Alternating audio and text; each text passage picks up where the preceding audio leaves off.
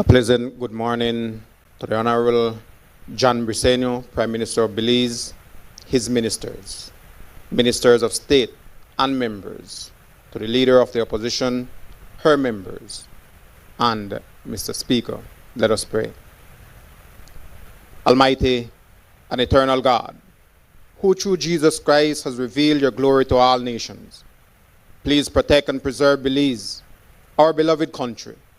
God of might, wisdom, and justice, please assist our Belizean government and people with your Holy Spirit of counsel and fortitude. Let the light of your divine wisdom direct their plans and endeavors, so that with your help, we may attain our just objectives. With your guidance, may all our endeavors tend to peace, social justice, liberty, national happiness, the increase of industry, sobriety, and useful knowledge. We pray, O God of mercy, for all of us, that we may be blessed in the knowledge and sanctifying the observance of your most holy law, that we may be preserved in union and in that peace which the world itself cannot give. And after enjoying the blessings of this life, please admit us, dear Lord, to that eternal reward that you have prepared for those who love you. Amen.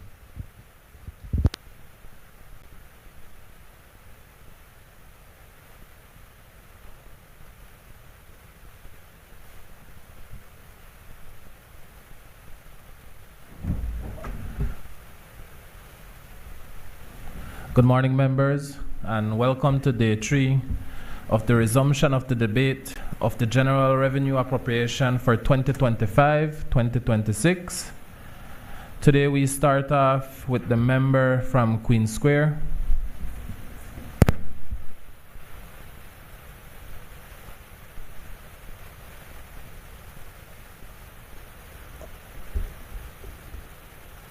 Honorable Mr. Speaker, I rise today to address this Honorable House in response to the draft estimates for revenue and expenditure for fiscal year 2025-2026 as presented by the Prime Minister on May 12, 2025. Before I delve into my critique of the draft estimates, permit me, Mr. Speaker, to quickly express gratitude to my dedicated Queen Square voters for being most resilient and for being generational UDPs over the past 41 years. That long-standing support is a direct result of our hard work and our unbreakable bond to stand strong in Queen Square. I pledge to stand in the National Assembly to represent my community in every debate, in every vote, and in every way that will aid to shape a better Belize. To the victory at the polls, I dedicate it to my mom, dad, wife, and my little daughter, Zayana.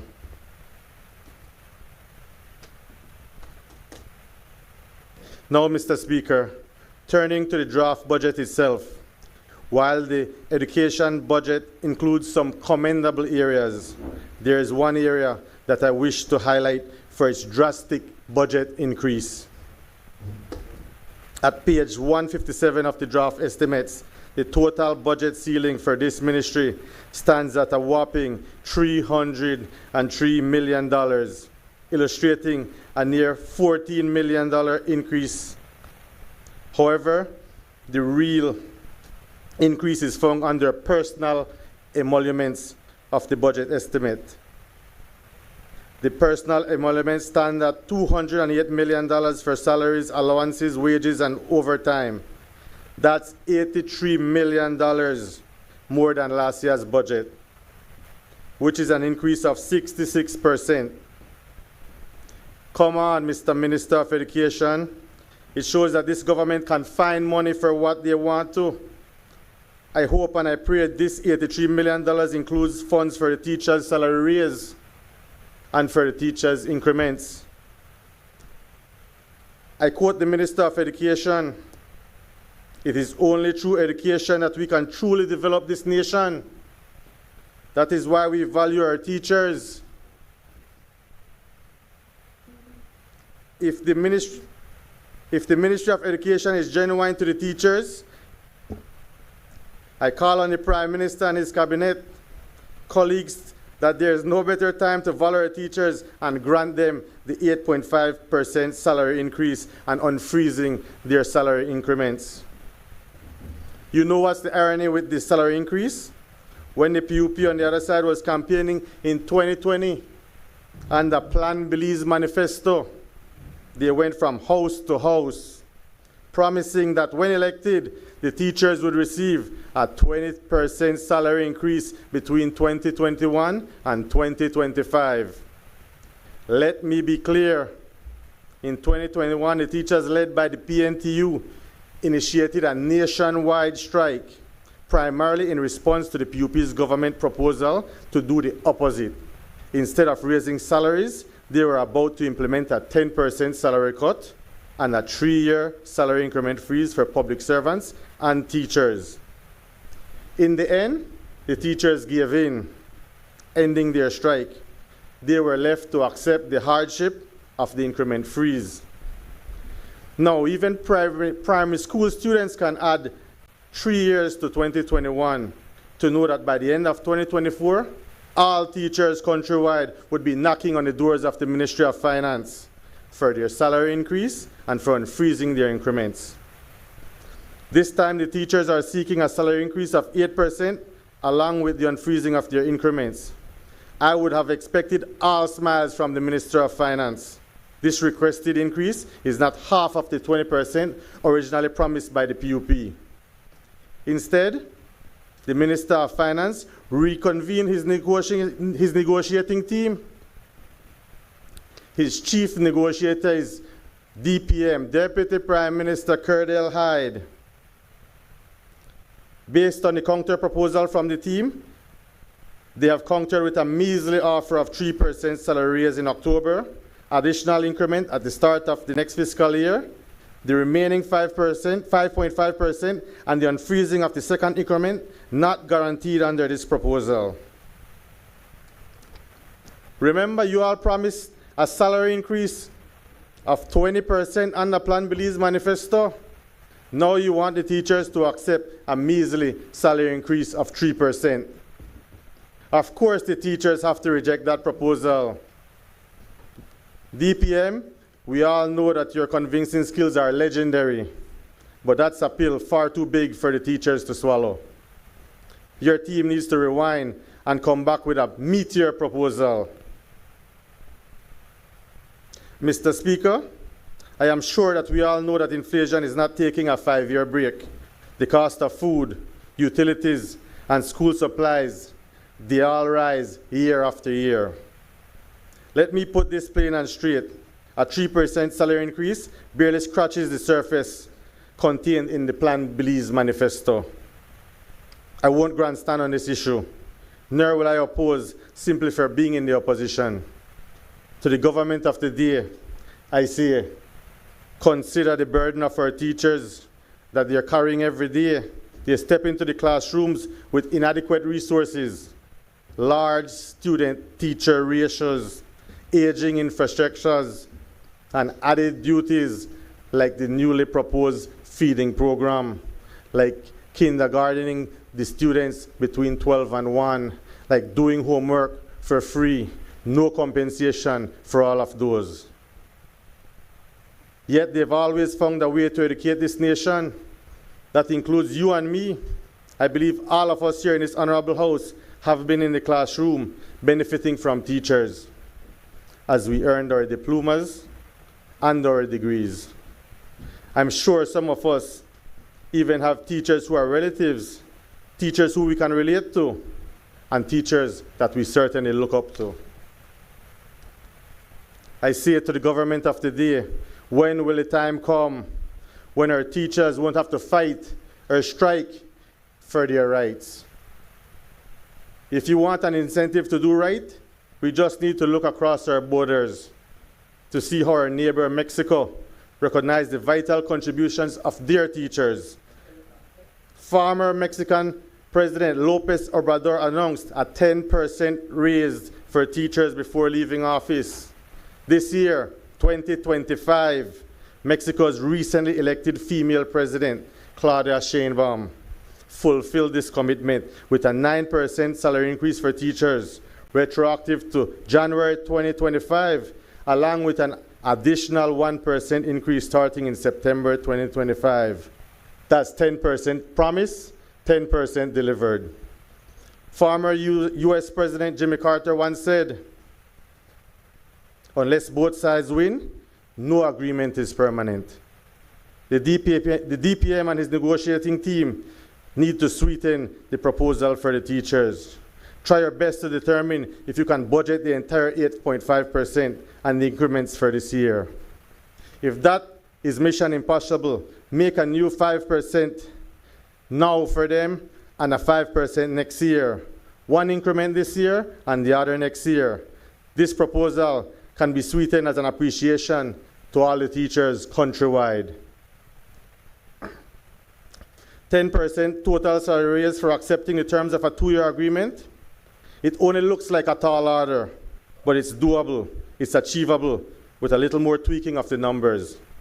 Remember, I commended the government earlier for finding an extra $83 million in emoluments.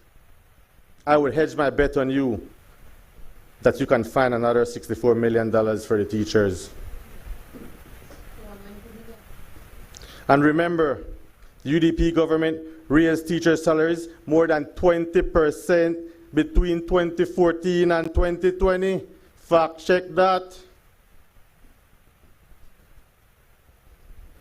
So any suggestion by this PUP government that nothing happened for the past 13 years of the UDP government is not only dishonest, it disrespects the very unions and public servants they now claim to represent. As is, the teachers have demanded more, a more favorable proposal. Teachers must take a stand. Remember the old saying, closed mouth, no get fed. All the unions countrywide should sound the alarm. Enough is enough. In Latin, I say to the government of the day, carpe diem, seize the moment, seize the day. Mr. Speaker, this side of the House stands in solidarity with the teachers on this one. Free education is really not so free. We keep hearing this free education term. I think it's misleading at best. I have had people in Queen Square come to me asking to pay the graduation bills, to pay these bills, to pay next bills. I can't see the free education. You can't see that? I really don't want to paint a picture of doom and gloom. I'm just presenting a true picture, trying to stop the PUP trickery of believing education does not come at a price.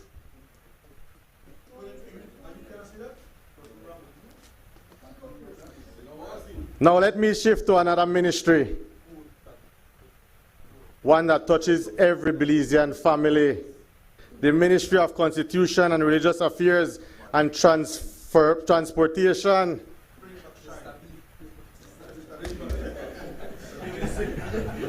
How dare we talk about a modern transportation system when the draft estimate shows no fund allocated for modernizing the transportation industry? In fact, Mr. Speaker, a perusal of the draft estimates for this ministry shows a budget of $2.5 million, totaling a projected $10.5 million.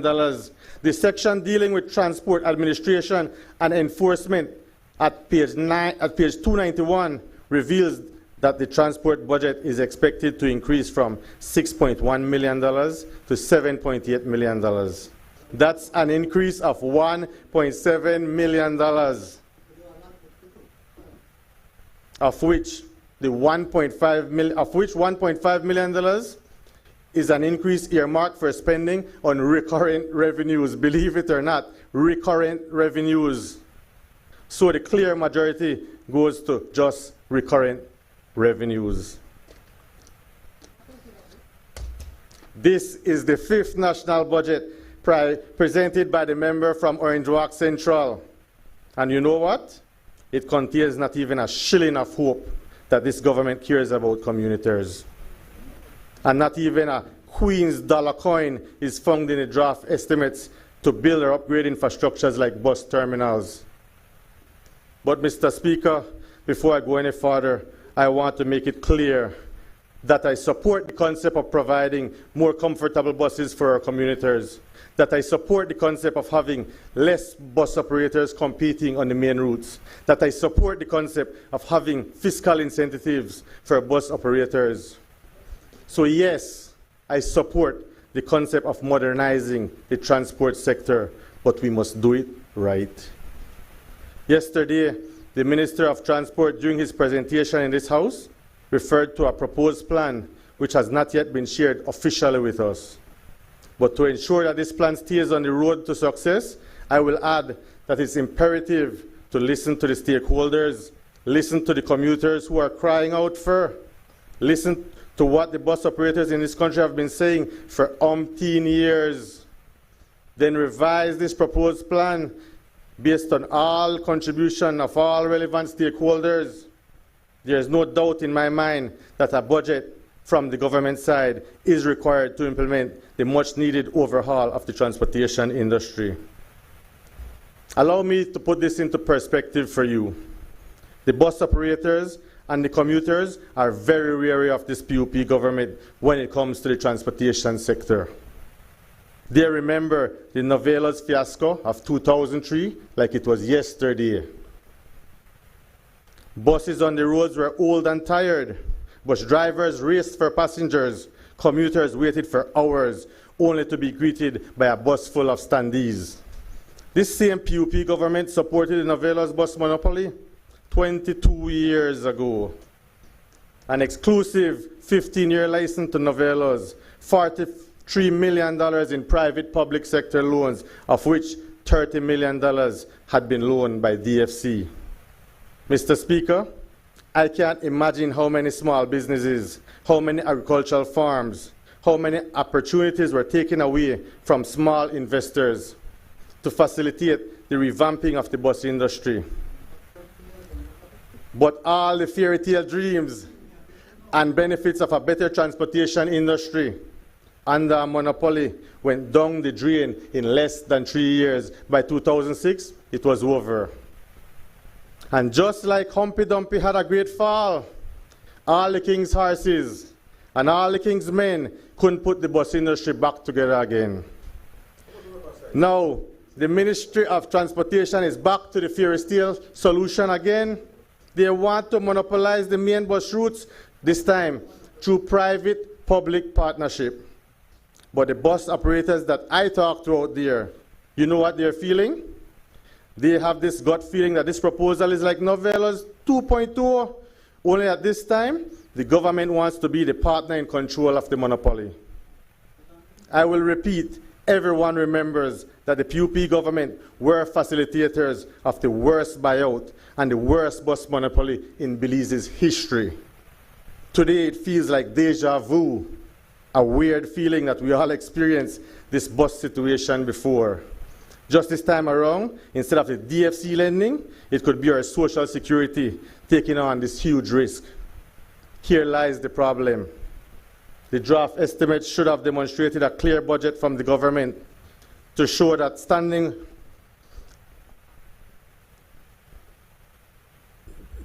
on the bus when it departs the terminal, bus can go right around the corner. Sorry. The need for terminals is obvious. Take the Belmopan terminal, for example. Everybody is seated at the terminal, and as you go around the corner, everybody is allowed to get up and stand on the bus and go on. Now, if the Ministry of Transport currently is having a hard time to enforce traffic rules on bus drivers, would you believe this government is equipped to handle the logistics and finances of the entire bus monopoly? Bus owners are afraid that they will not see any profits for many years as the monopoly feels its way around, raising bus fares here and there or trying cost-cutting measures to be profitable. The Minister of Transportation has been completely silent on the issue of profits. Maybe it's because there's a reality that public transport should not be profit-driven. It should be cost-effective for the poor. it should be subsidized with a view of one day being free for all. At this stage, nothing is in place to convince bus operators to take this leap of faith into another monopoly. The government has no credibility in this industry. They have invested nothing meaningful in this year's draft estimate. As such, bus operators will find it hard to believe that they will promise from this prematurely hatched proposal. This ministry needs a reset. From the outside looking in, it looks like the government is trying to dead raise because they are not bringing any tangible investment to the table. Well, beside those worn down bus terminals, it appears that the real investment will be coming from the bus operators. I will suggest that the Ministry of Transportation need to, first and foremost, build new terminals and refurbish old ones.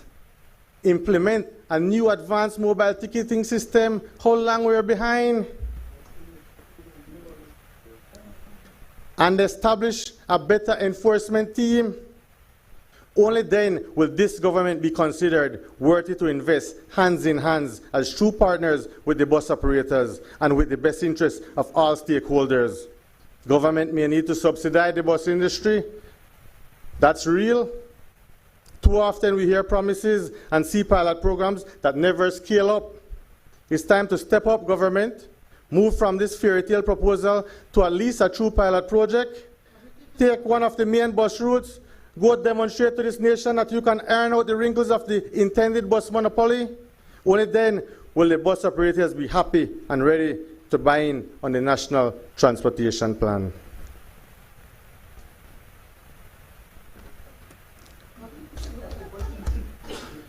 Ministry of Tourism, Youth, Sports, and Diaspora Relations.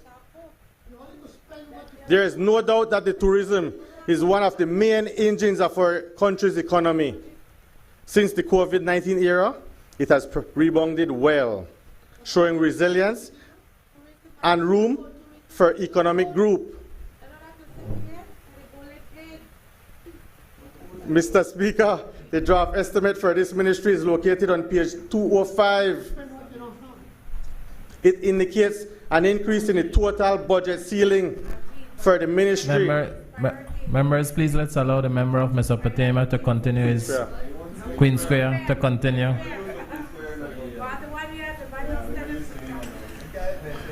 Please let's allow the member of Queen Square to continue. As I was saying, in the tourism industry, since COVID-19 era, it has rebounded well, showing resilience and room for future economic growth. Mr. Speaker, the draft estimates for this ministry is located on page 205. It indicates an increase in the total budget ceiling for the ministry from $11.1 million last year to $13.5 million this year. That's an increase of around $2.4 million. Being such a profitable ministry, I searched to locate the line items where all big projects were to be found. At page 13 of the draft estimate, the last page for the ministry's draft estimate, I read that $1 million was estimated for Hallova Creek dredging. So that made me realize how the member for Pickstock manages to stay off the radar. These projects being spearheaded by BTB, a statutory body which operates under the Ministry of Tourism. Most of the minister's projects are happening through BTB's $54 million bond, which has been floated since 2023. This bond is designed for marketing strategies and for tourism infrastructure.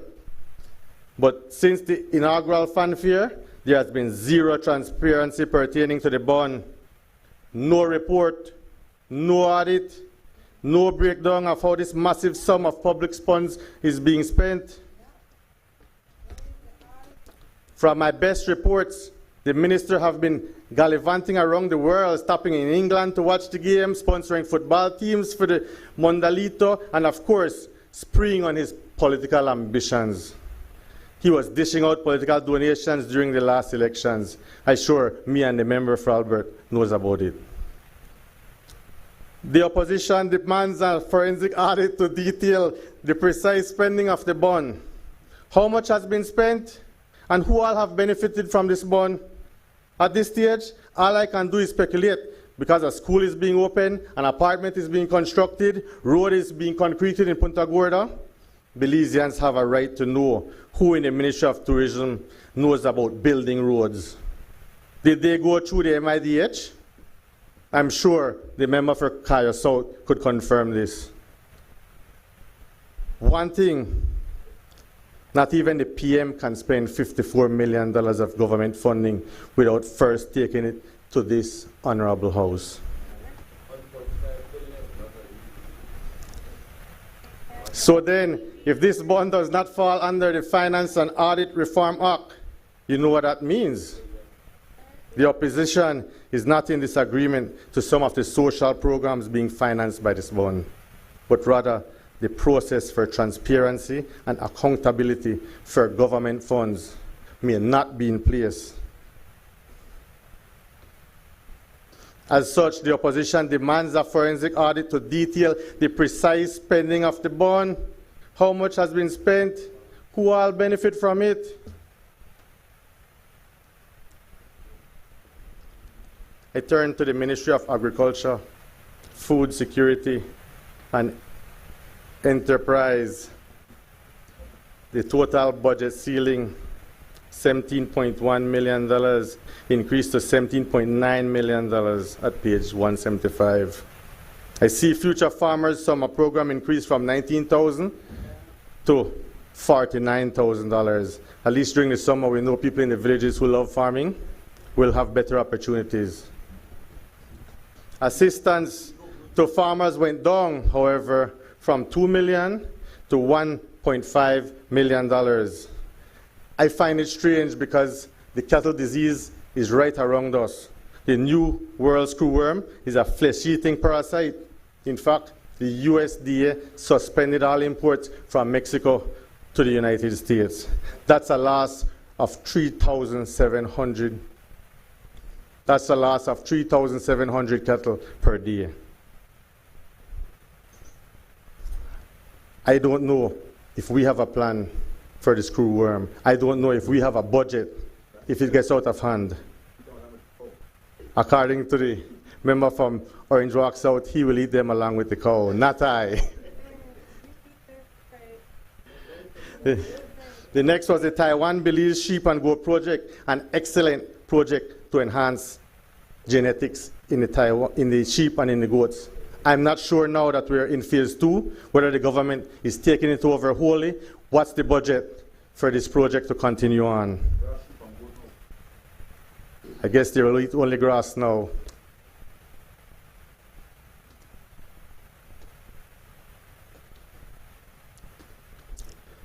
From promise to performance, very short punchline, smart.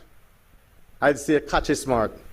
But let me stretch out the budget punchline for all Belizeans to fully understand. We on this side of the Honorable House agree that the long title for this year's budget should read, from promises contained in the Plan Belize Manifesto to the underperformance found in the draft estimates. This is a mixed bag budget, as one member on the other side so aptly conceded to in his budget. Another member on the other side, or on the same side, said, we need to find a new formula where everybody can win. I won't name the members, but I will only say that I'm happy to know that not everyone on the other side is drinking that blue Kool-Aid that they are serving the people. Mr. Speaker, the Plan Belize Manifesto is the PUP bag of magic tricks. They capture the voters with it like a political witch casting a spell, promising the world to the voters anything to secure victory at the polls. But you see, the draft estimate tells a new story. Teachers were promised 20% salary increase. That's down to an insulting 3%. 10,000 starter homes were promised. That's now down to less than 20%. Increased police department to 4,000 officers, and to date, that's down to about 2,600 police officers. I think that you will come to one conclusion. This government overpromised Belizeans on the big ticket issues, on the bread and butter issues. I wish to say that on this side of the House, we are not opposing just for the sake of opposing. We are here to do our part in ensuring that there's a better budget next fiscal year. Let us continue to work for a Belize that is just, inclusive, and prosperous for us all. Thank you, Honorable Speaker. Just in time.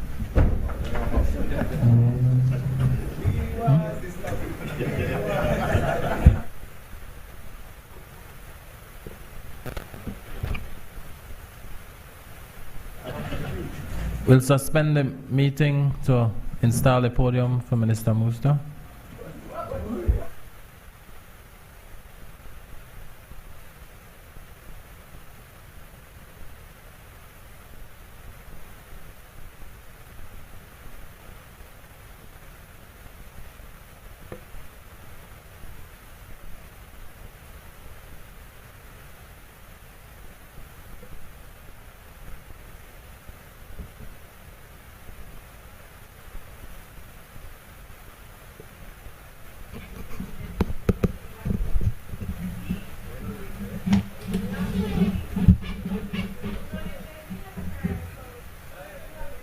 Break the next 2-1 then. We're gonna start but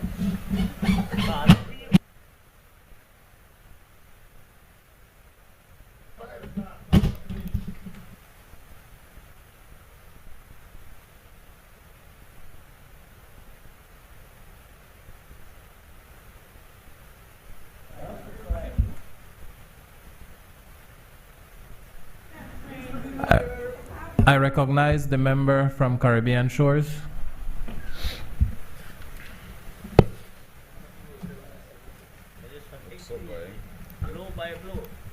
Thank you very much, Mr. Speaker.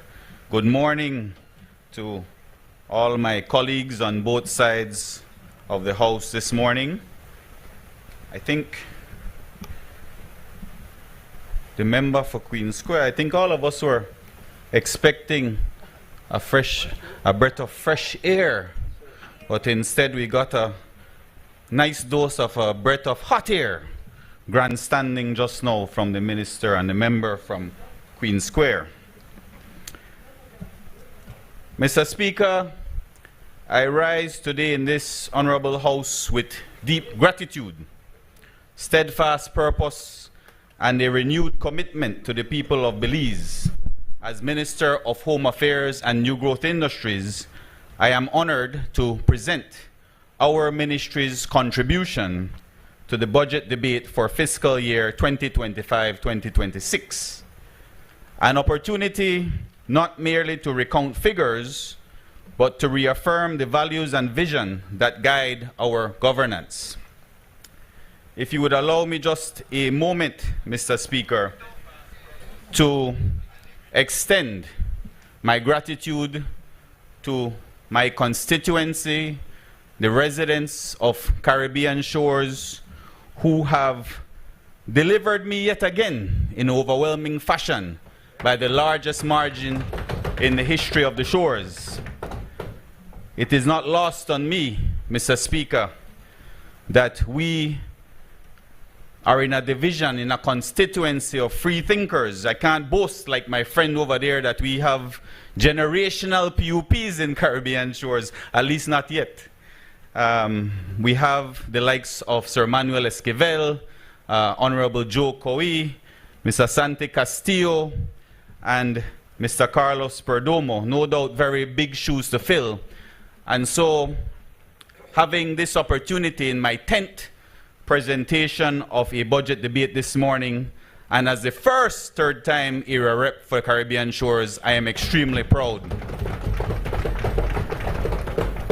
I also want to say a big thank you to my family, to my wife Carla and my 2 boys, Aiden and Liam, for their sacrifice and their support in this journey to make Belize and to make Caribbean shores a better place.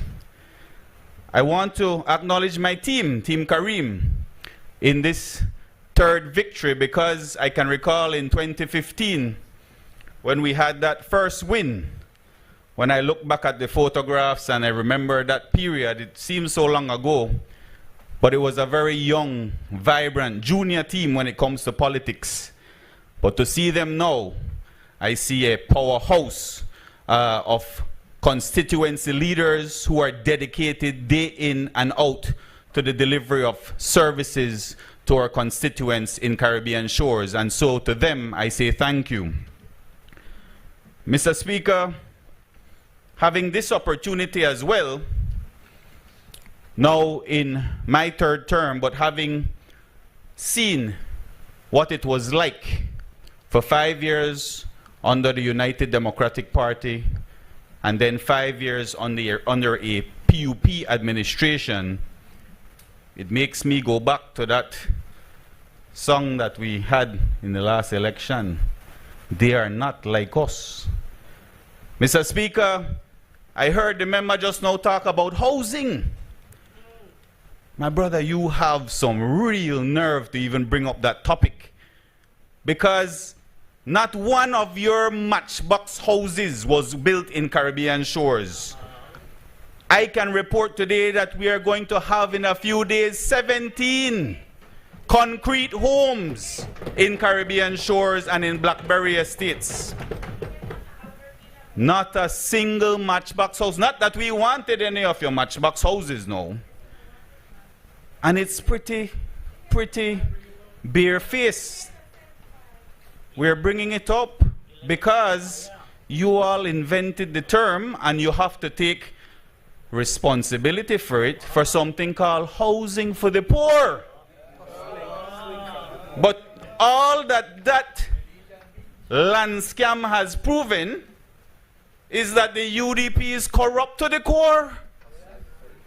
Hustling for boots, barefaced hustling. And I heard the member for Fort George say we are going to take back Belizean Beach, and I for one support that call,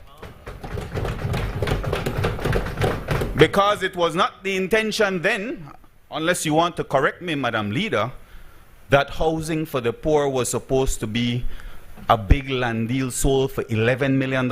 Is that what your intention was?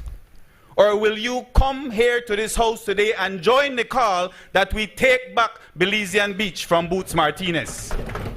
That is what you need to talk about. At the price where you pay, exactly. We're not giving you $11 million. And then the member for Queen Square touched on free education. You see the hot here where they talk about? This administration, member, let me educate you a little on education. This administration spent a record budget in financial educational assistance across this country. You check your records.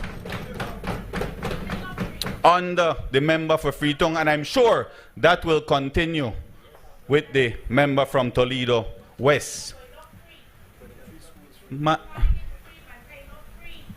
Member for Albert, it is in the Southside constituencies, I believe 23 schools. 23 schools where education is free. You never had that under the UDP. You need to check it. You need to check it. Record achievements, Mr. Speaker. On a point of order,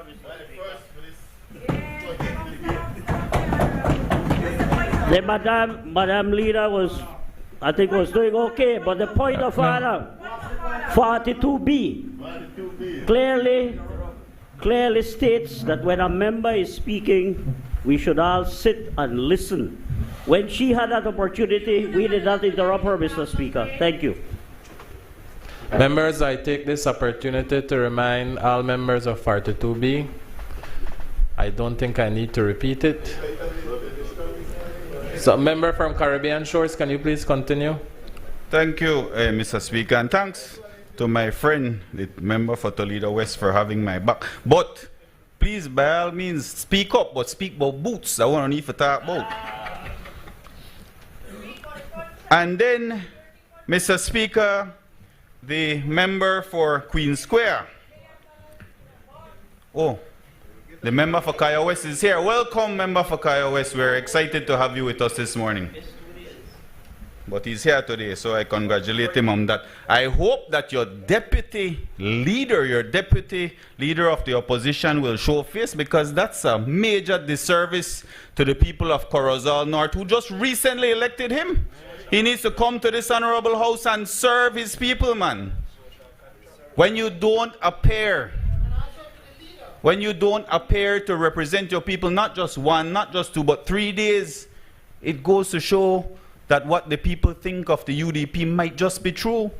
It is all about themselves and this power grab. They want to get back into power so badly. They don't even care about representing the people. So I'm glad, member for Kaya West, that you have showed up here today. Well done. Missed 2 days, but he's here now. And then, I'm not sure, maybe he'll tell us this morning which of the two DPs he sits on. Madam Speaker, the member for Queen Square, sorry, Mr. Speaker, my apologies. Mr. Speaker, the member for Queen Square also spoke on the transport industry, which is a topic that he is extremely familiar with. And one, he failed to acknowledge the point that his administration allowed the bus industry to get completely out of hand over the 13 years that their administration had courage of that transport industry. That is why we are in the problems we are today. How many bus operators we have right now? 31 bus operators. What you heard yesterday, member for Queen Square, and I heard you somewhat endorsing the plan of the member for Dangriga, and then you started to actually put forward proposals that he himself said yesterday, man, about the mobile ticketing and the enforcement team. These are all a part of the plan, and you said you're going to attend on Friday. I hope that you do, and I hope that you contribute, because it is an excellent plan to bring back the transport industry in this country that you all ruined. Madam Speaker, Mr. Speaker, sorry, I'm already used to Madam Speaker. I would like to now turn my attention to our ministry's contribution in going over not just the budget estimates for this year, but the accomplishments and achievements over the last year. Mr. Speaker, this budget is more than a ledger of expenditures. It is a statement of intent. It reflects our collective determination to safeguard national security, promote good governance, uplift communities, and ignite new pathways for Belize's sustainable economic transformation. In the face of both challenges and opportunities, our ministry has taken bold steps forward, anchored in strategy, grounded in data, and driven by the belief that security and opportunity are not mutually exclusive. On the contrary, they are interdependent forces that together create a resilient and thriving society. Mr. Speaker, this past year has been a pivotal one. We finalized our strategic plan 2025 to 2030, crafted through wide consultation and rooted in the lived realities of the Belizean people, ensuring that our ministry is future ready. From the reduction of major crimes to the digital modernization of our public safety systems, from expanding forensic capacity to reintegrating youth into the formal economy, from regulating firearms responsibly to launching Belize's first commercial hemp line. These are no longer merely aspirations. They are achievements, tangible, trackable, and transformative. This fiscal year's budget will deepen that transformation. It will support new infrastructure for the Belize Police Department, further develop our National Forensic Science Service, strengthen legislative framework, and position new growth industries as the engine of tomorrow's economy. But beyond the policies and programs, this speech is a reaffirmation that security must be people-centered and growth inclusive, that governance must be transparent and accountable, and that Belize's future must be built on innovation, equity, and the unshakable will of its people. Mr. Speaker, it is with that conviction that I now turn to the work ahead of us, beginning with our continued efforts to strengthen citizen security and redefine public safety for the modern era.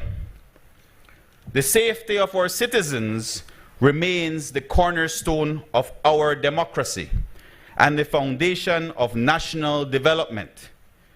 It is a responsibility that the Ministry of Home Affairs takes with the utmost seriousness and with a clarity of mission that has yielded measurable, meaningful results over the past fiscal year. In 2024, Mr. Speaker, Belize witnessed a substantial reduction in major crimes, recording 1,062 major crime incidents, down by 231 cases compared to the previous year. This decline, Mr. Speaker, includes a 13% drop in homicides compared to 2022 and a notable 32% decrease in murders in the Belize district alone. I know that it might feel like decades ago under the United Democratic Party, Mr. Speaker, where we had John Saldiva and Michael Perifit as the Ministers of National Security. Back then, let me remind those on the other side, Belize was ranked the third most deadly country in Latin America. Since 2022, Mr. Speaker, I can report that we came out of that top 10 list to 11. 2023, we went to 14. And I can announce here today that we remain at 14 after 2024 was concluded. That is a huge jump in just a matter of years. And these aren't my statistics, members on the other side. This is from Insight Crime, which is a trusted crime analysis center that reports on the figures globally. These statistics, Mr. Speaker, represent far more than data points.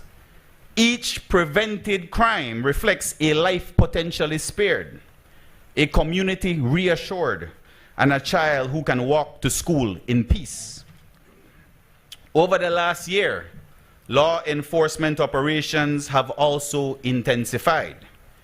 In the year 2024-2025, 479 arrests were made for offenses including drug trafficking, illegal firearm possession, and other major crimes.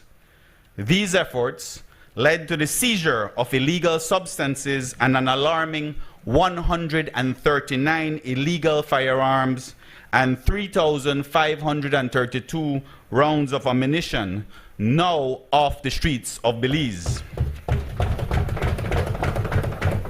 Mr. Speaker, this reflects a 30.5% increase in arrests and seizures compared to 2023.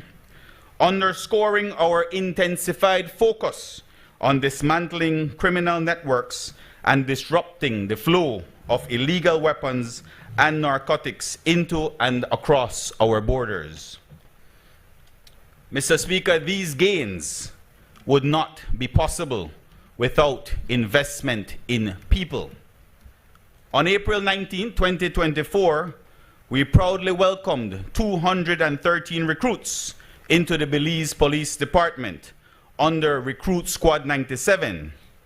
And in just under a month, we will see the integration of an additional 225 freshly minted, well-trained police officers, providing a significant boost to our human resource capacity and community presence. These new officers, trained in modern law enforcement techniques and community-based policing, have already enhanced response times, increased patrol coverage, and fostered stronger relationships with residents and local businesses. Mr. Speaker, I take this opportunity to also acknowledge that just last month, our department underwent a transition in the change of the High Command of the Belize Police Department. And we at the Ministry join all Belizeans in welcoming with great excitement our new Commissioner of Police, Dr. Richard Anthony Rosado, whose strategic leadership and acumen will take our department into the future of smart policing. Mr. Speaker, as we strengthen the boots on the ground, we are equally committed to the hearts and minds behind the badge. Recognizing the emotional toll of frontline service, we opened the Lotus Center in early 2024, a dedicated wellness hub offering confidential mental health support, peer programming, crisis intervention, and professional counseling for police personnel. Policing, as you know, Mr. Speaker, is a high-stakes, high-stress profession. If we demand professionalism, we must also provide protection for our protectors. Mr. Speaker, I know that a lot of the information coming out of the Lotus and of these sessions are considered private and confidential, but some of our officers were so overwhelmed with joy at this service that they asked for me to share their testimonials of this vital service that we have added at our department. Corporal Travis Castillo said, and I quote, "Before reaching out for counseling, I was lost, and now I am on the road to recovery. Not back as yet, but getting there." ASP Jose Mendez, commander of Precinct 2 in Belize City, says, "The work of the Lotus office is by far very impressive, validating our officers and giving them a chance to understand their challenges with mental health and building resiliency." Mr. Speaker, in this upcoming fiscal year, I am pleased to announce that we will expand mental health services to district stations and integrate wellness modules into officer training from day one. The culture of silence around psychological well-being must give way to a culture of support, resilience, and human dignity. Mr. Speaker, we are not just scaling up, we are scaling smart. Modern policing requires modern tools. In 2025 to 2026, we will launch the Police Records Management Information Systems, replacing our SIMS system, which is somewhat outdated and has served us well, but it is time for us to step up our game. We will install interview recording systems in Orange Walk, San Pedro, Belize City's Gender-Based Violence Office, Belmopan, Benqueviejo, and Punta Gorda. We will enhance aerial surveillance through our expanded drone fleet, supporting reconnaissance, search and rescue, and hot zone monitoring during high-risk operations. Mr. Speaker, and perhaps what is bound to be the centerpiece in technological breakthroughs for 2025, our ministry will launch a state-of-the-art surveillance camera center right here in the city of Belmopan. In partnership with our national service provider BTL, we have already begun the installation of 1,000 CCTV cameras across all municipalities, urban hotspots, and key tourist areas, with the expected completion date for the project slated for September of 2025. Needless to say, Mr. Speaker, this will be a massive game changer for our policing infrastructure and will serve as an invaluable aid to the police in preventing, reacting to, and solving crimes through HD accurate identification. Mr. Speaker, and to complement our national surveillance system, we will also strengthen our 911 national response system under the CABE-funded Belize Integral Security Program, enhancing real-time dispatch for fire and medical emergencies, particularly in underserved rural regions. Now, Mr. Speaker, I know the public might be seeing, and even in my constituency, that this installation has already begun. You will see cameras across the country in these municipalities going up, and I just want to assure the public that this will be a project that will be completed in September of this year. And so while it is that you might see cameras are up, it does not necessarily mean that they are functional as yet. They have to be connected to the fiber system, connected with electricity and all of that. But BTL is working diligently to have this entire system of 1,000 cameras uploaded by September of this year. Mr. Speaker, this is a comprehensive modernization agenda, not just for the sake of technology, but to ensure that justice is faster, fairer, and more accessible to every Belizean. Mr. Speaker, we are investing in training and development like never before.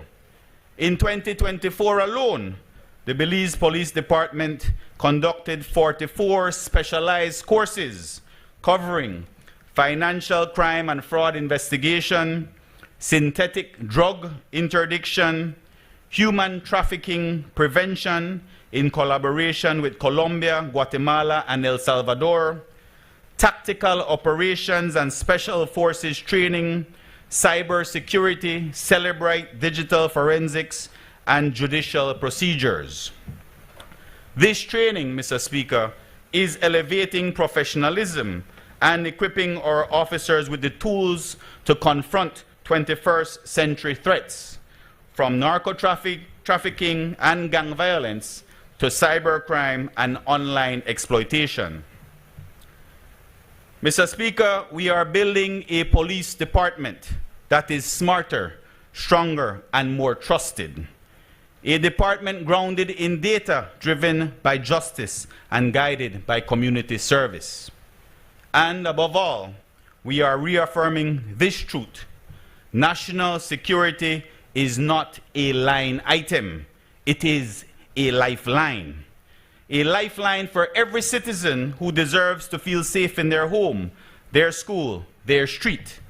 A lifeline for our democracy, for our future.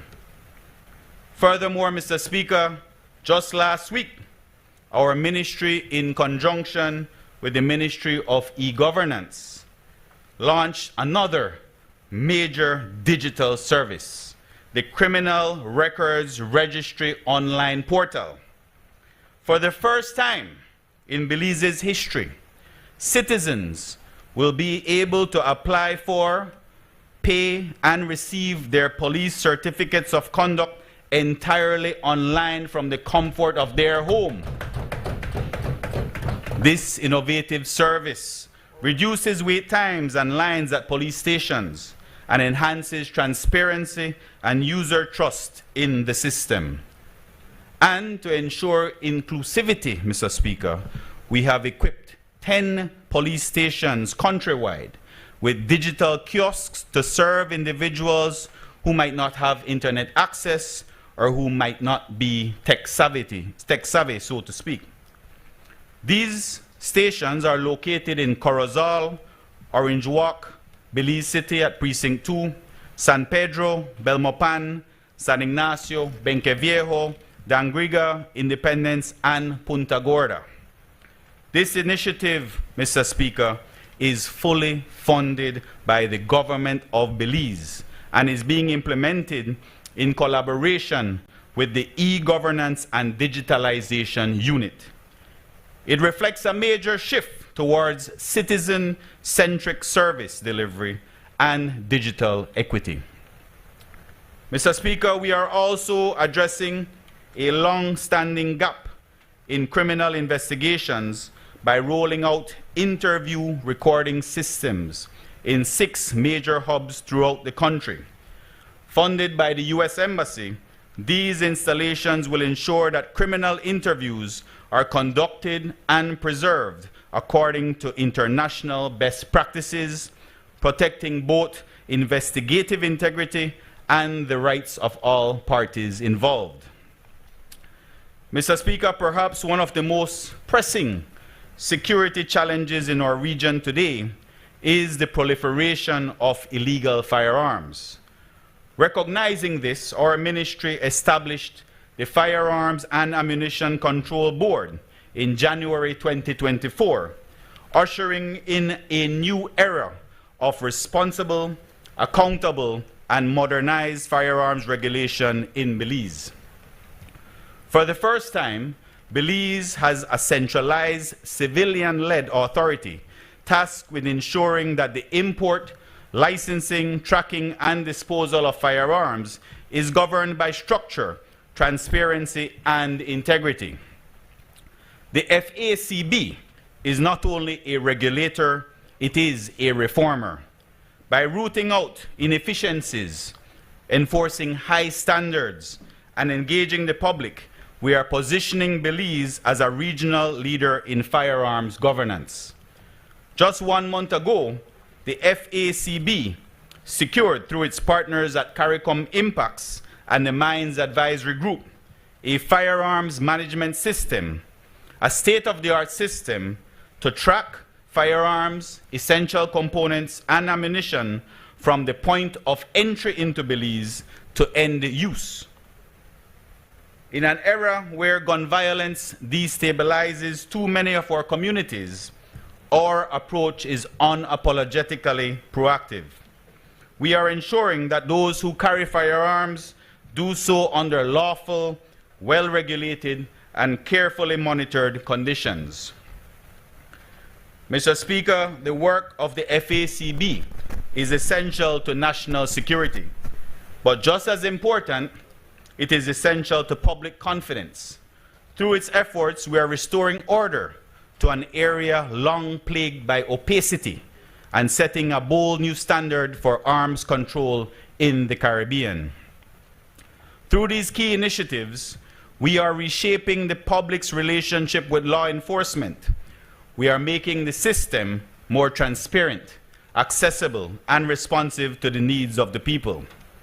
This is the future of public safety in Belize, a future that is digital, inclusive, and driven by results.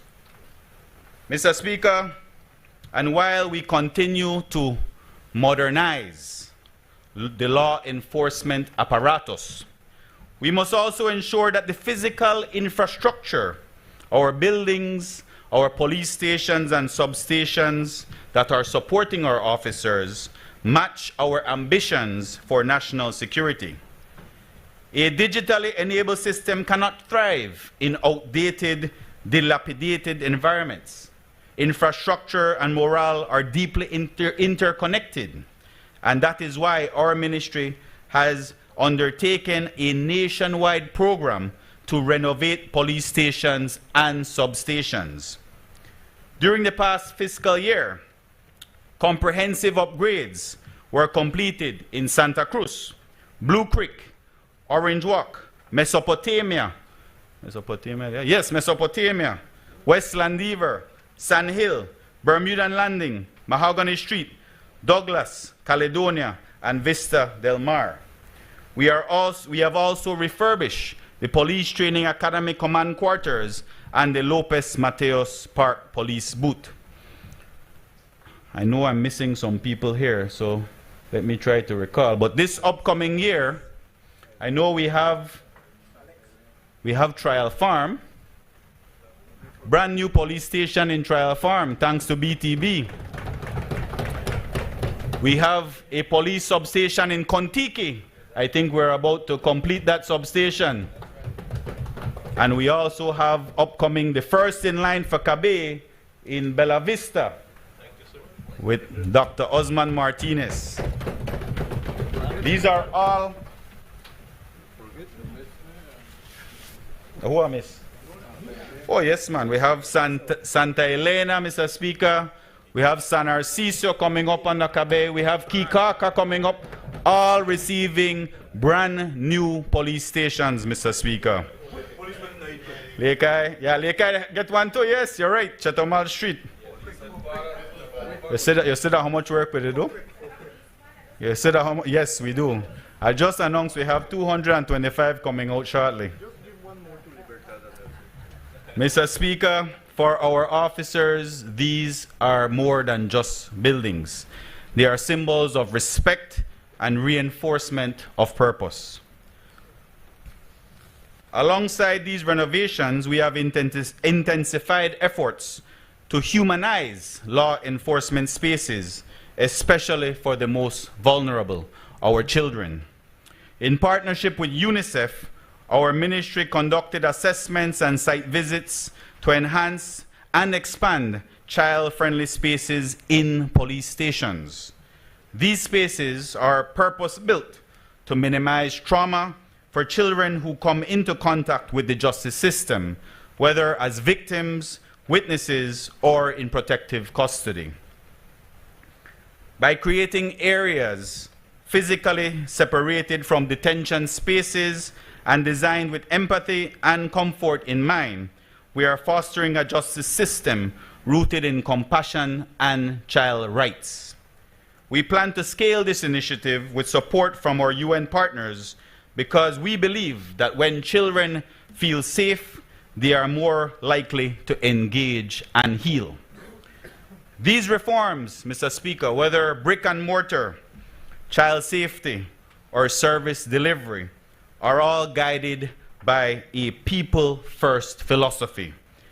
They are the connective tissue that binds strategy to reality, ensuring that our reforms reach the streets and hearts. Our attention now to the Forensic Science Service and the legislative framework.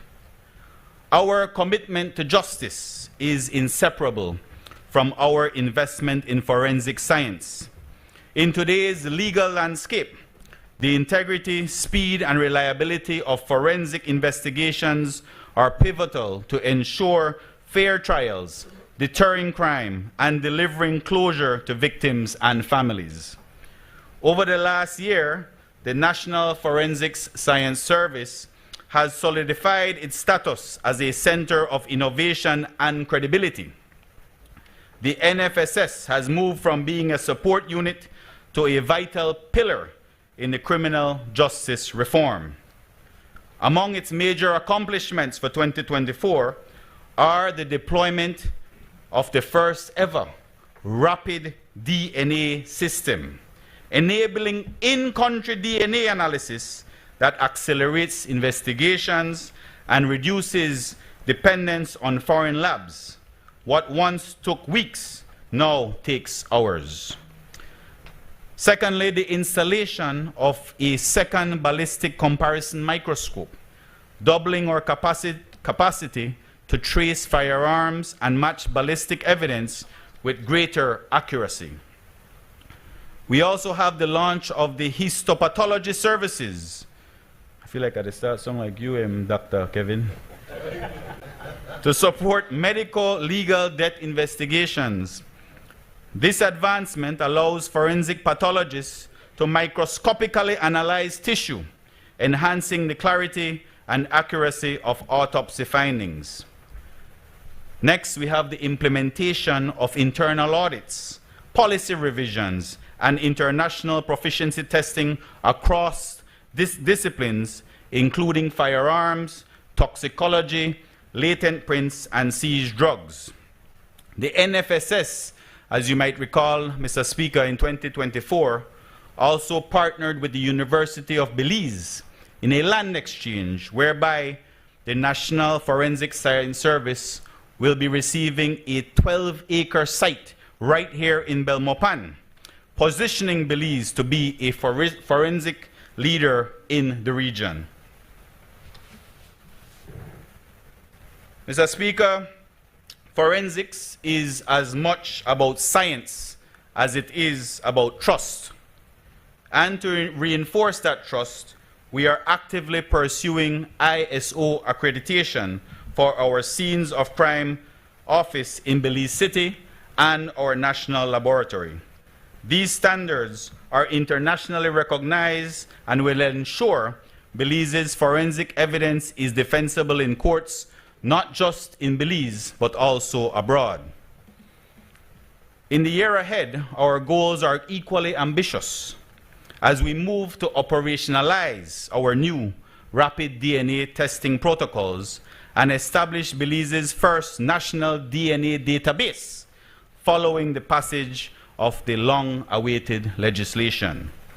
We will complete the new Scenes of Crime field office in Dangriga, funded by the INL. We intend to relaunch the tender process for the new forensics lab and morgue, accelerating Belize's transformation into a regional forensic hub. Mr. Speaker, you may also recall last year we had a specialized training for medical practitioners in April of 2024.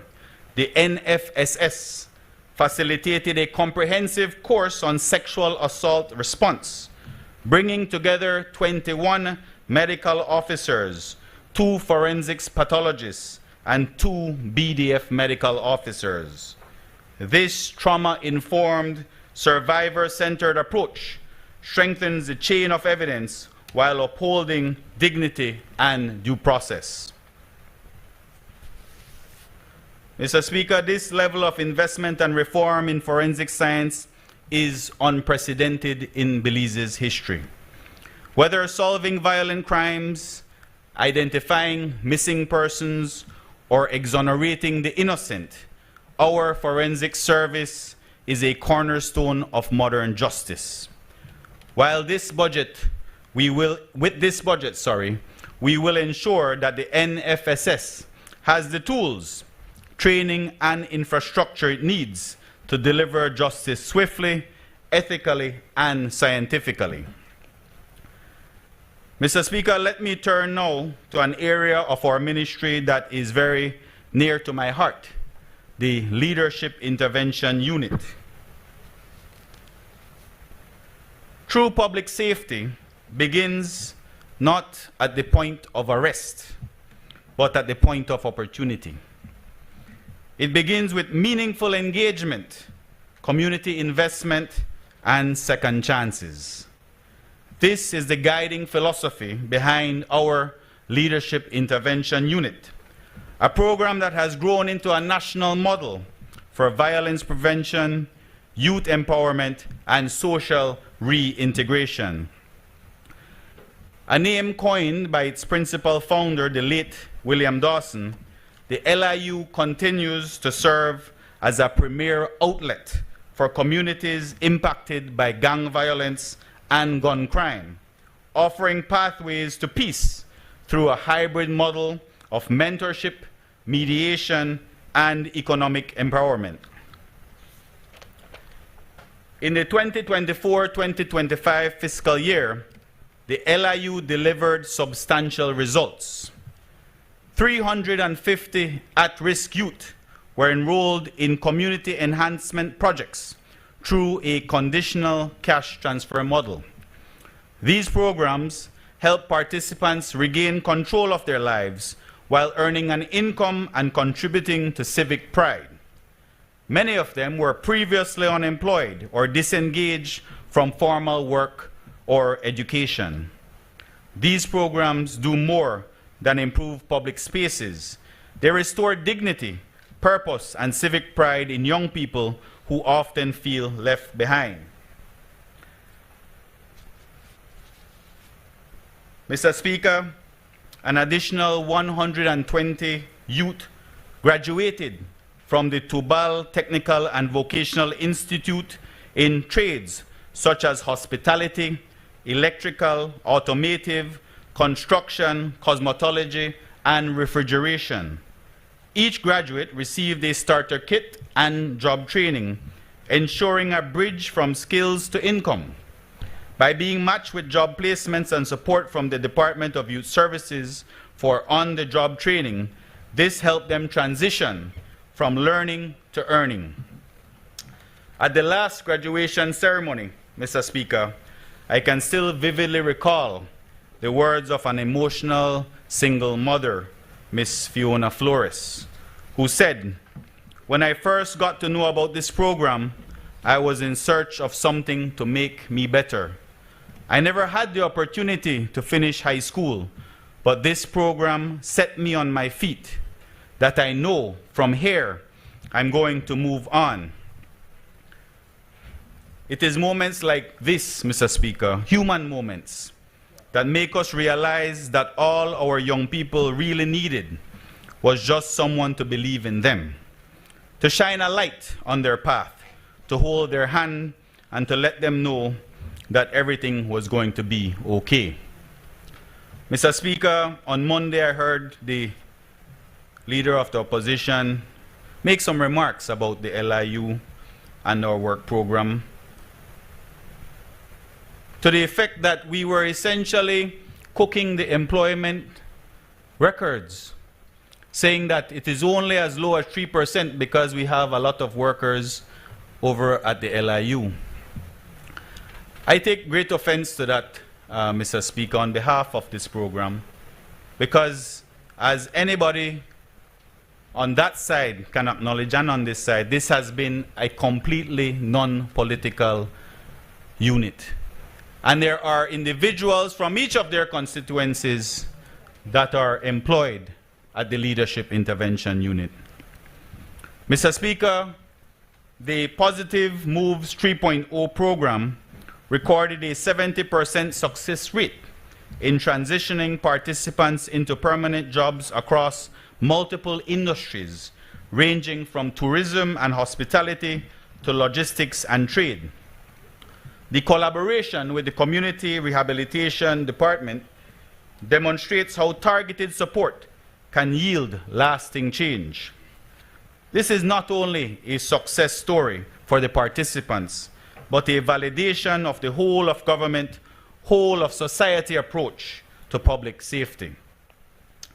In 2024, the LIU conducted 117 interventions and 37 high-level mediation sessions, engaging over 440 disputants, often from rival groups.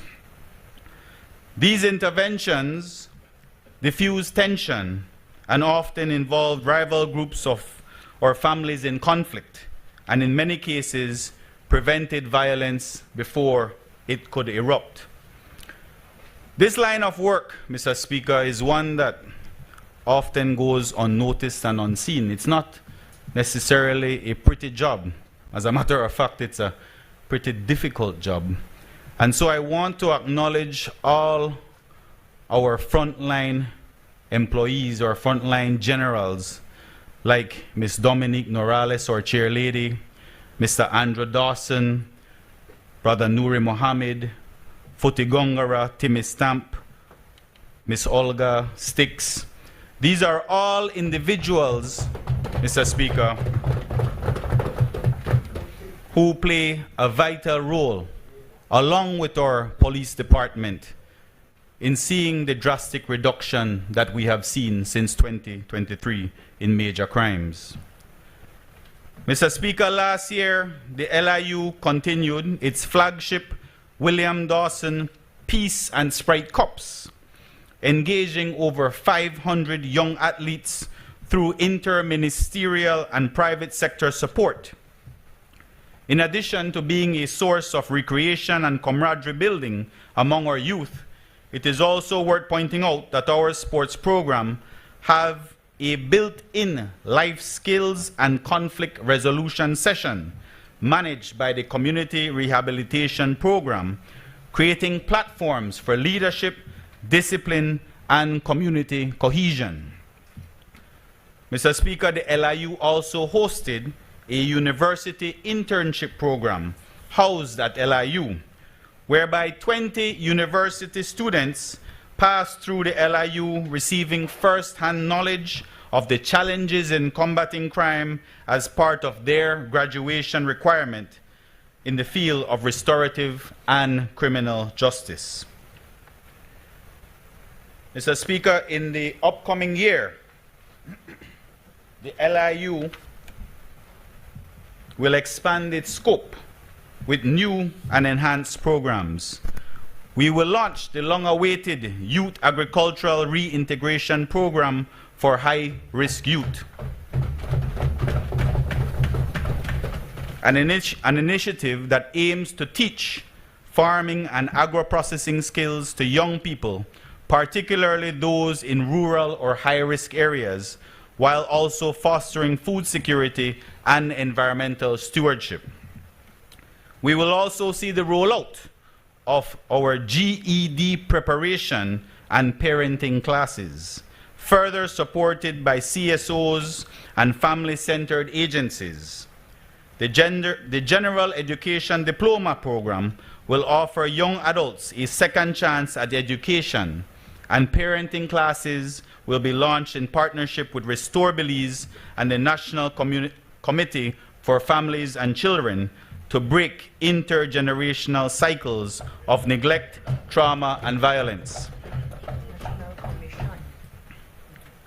The LIU will also oversee the expansion of the Journey to Freedom psychosocial program, providing trauma therapy and life skills for individuals transitioning from gang life or incarceration to a crime-free existence and to build resilience and personal agency.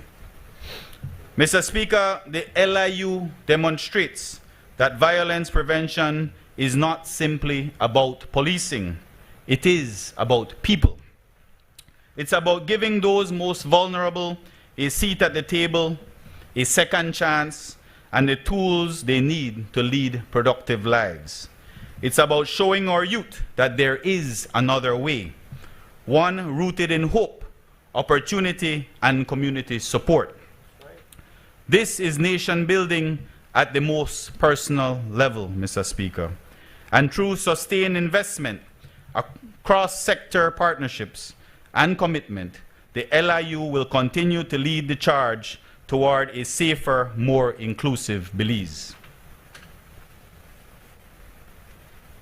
Mr. Speaker, in a world driven by metrics and outcomes, our policies must be grounded in real-time data, and our strategies must reflect the lived experiences behind the numbers. This is the mission of the Belize Crime Observatory, or BCO, to transform data into decisions and statistics into solutions. In today's world, data is more than just numbers. It is the foundation of effective governance, sound policy, and proactive security planning. Mr. Speaker, I am proud to report that our Belize Crime Observatory has emerged as a regional leader in this very critical space. The BCO provides multidimensional data on crime and violence, which is helping to shape evidence-based policies that directly impact national and citizen security. Its work is instrumental in transforming anecdotal narratives into measurable realities and ensuring that decisions are rooted in facts, not speculation. Throughout the 2024-2025 fiscal year, the BCO has distinguished itself as a national repository of crime statistics and a dynamic partner in shaping evidence-based public safety policy. As the official point of reference for crime and violence data in Belize, the BCO has strengthened coordination with law enforcement, judicial agencies, civil society, and international partners. Mr. Speaker, in the upcoming fiscal year, it is our intention to scale up the following initiatives. The first is the upgrade and roll out of the National Sex Offenders Registry with enhanced data security, real-time tracking, and compliance monitoring features. This tool will serve as a protective measure for vulnerable populations and a mechanism for investigation and deterrence.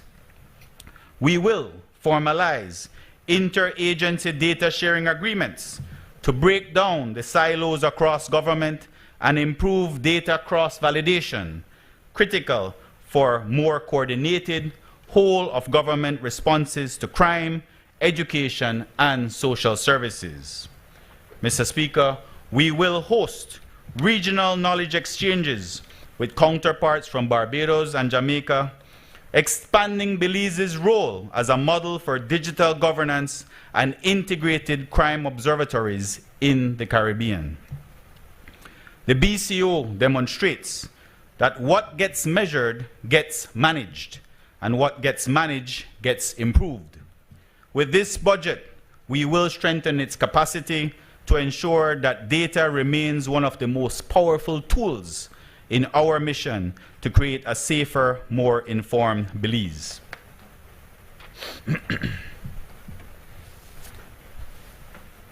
Mr. Speaker, Belize's prosperity must be anchored in sustainability, innovation, and inclusivity.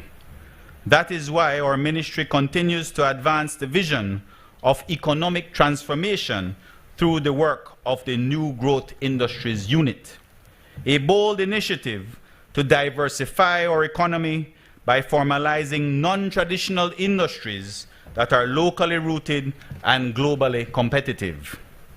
In the 2024-2025 fiscal year, the NGI unit transitioned from vision to implementation, establishing strong foundational frameworks and securing notable milestones in several emerging sectors.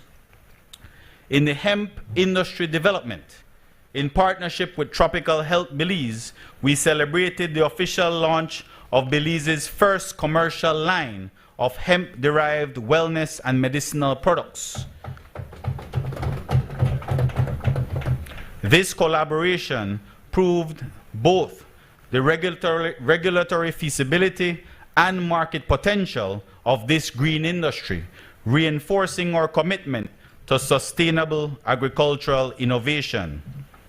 And while we're on the topic of hemp, Mr. Speaker, let me just give a shout out to Councillor Ilya Rosado of Kikaker, who says that he's not going to wait for cannabis to be legalized. He's already launching his petition for a referendum on Kikaker.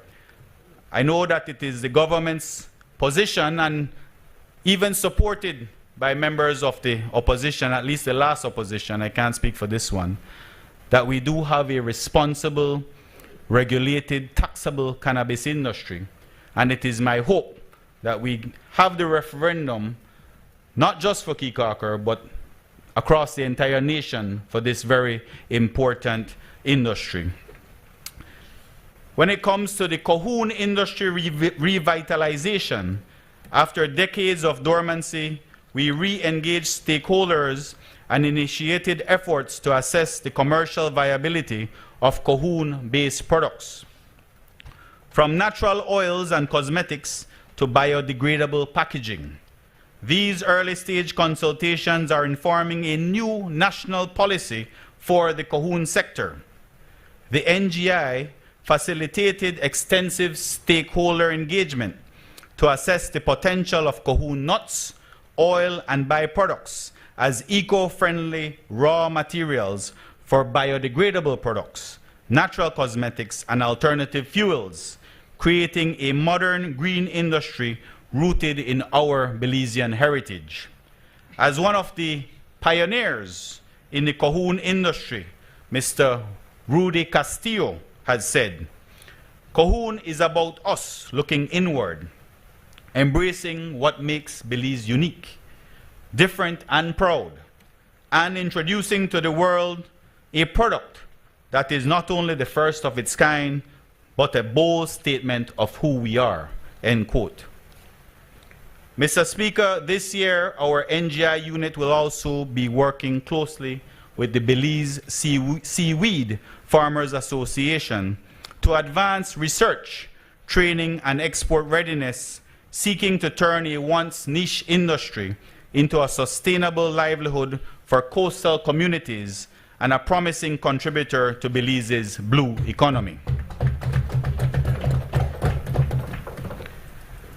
And Mr. Speaker, while we are not limiting our new growth industries portfolio to just the green economy, we must also look beyond to our orange economy.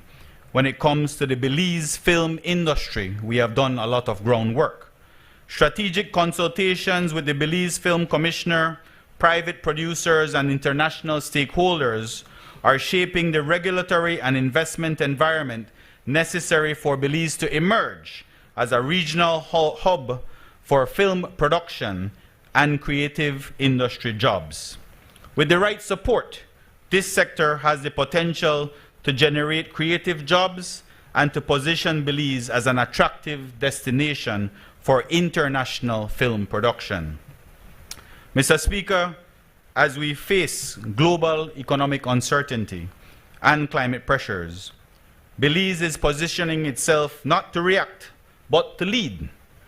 Through the NGI unit, we are planting the seeds of long-term growth, anchored in equity, sustainability, and local ownership. These industries are green, inclusive, and built on Belizean ingenuity. They create jobs, open export markets, and empower the next generation of entrepreneurs. In concluding, Mr. Speaker, this budget is way more than just a fiscal exercise. It is a reaffirmation of our vision for Belize, a nation that is safe, fair, modern, and inclusive. Through every program, initiative, and reform discussed today, our ministry has worked to transform that vision into action. We have strengthened the front line of law enforcement through recruitment, training, mental health support, and digital transformation. We have modernized public safety infrastructure, rolled out online services, and expanded child-friendly spaces to reflect a justice system that is humane and responsive. We have advanced forensic science and legislative reform, ensuring that justice is not delayed, denied, or distorted. We have invested in the potential of our youth through the Leadership Intervention Unit and in the power of information through the Belize Crime Observatory. We have reimagined economic development through the work of new growth industries, turning hemp, seaweed, Cohoon, and the orange economy into sources of jobs and national pride. And we have brought order to our firearms regulatory system through the groundbreaking efforts of the Firearms and Ammunition Control Board. In all these areas, Mr. Speaker, the Ministry of Home Affairs and New Growth Industries is demonstrating that good governance, citizen security, and economic innovation are not competing priorities. They are interconnected pillars of transformation. And our work is being done in harmony with a national economic trajectory that inspires confidence. As the Prime Minister rightfully highlighted, Belize's labor market has achieved a record low unemployment rate, and more Belizeans than ever are finding meaningful work. Mr. Speaker, despite global headwinds, Belize has shown remarkable resilience, balancing fiscal responsibility with social progress. This government has delivered a primary budget surplus, raised the minimum wage, and invested significantly in education, healthcare, and infrastructure. These are not abstract wins. They are victories for everyday Belizeans, and they provide the very foundation upon which our ministry's work can thrive. This budget supports more than just programs. It supports people. It reflects a whole of government promise to build a nation where no one is left behind. I extend my deepest gratitude to the Prime Minister and the Ministry of Finance for their steadfast support. I wish to thank also, Mr. Speaker, the staff at the Ministry of Home Affairs and New Growth Industries, our CEO, Ms. Sharul Carr, who has been doing an exceptional job as the first woman leader in the Ministry of Home Affairs. All of our dedicated law enforcement officers across the country, I say thank you and I salute you. Our public officers and stakeholders, local and international, who continue to believe in our mission. And above all, I thank the people of Caribbean Shores and Belize, who inspire our commitment and hold us to account. Let us press forward with unity and determination, guided by the goals of Plan Belize 2.0, the global call to action under the Sustainable Development Goals, and the resolute belief that Belize can and must be a beacon of peace, progress, and prosperity. Mr. Speaker, on behalf of the wonderful people of Caribbean Shores, I proudly support this budget. Thank you.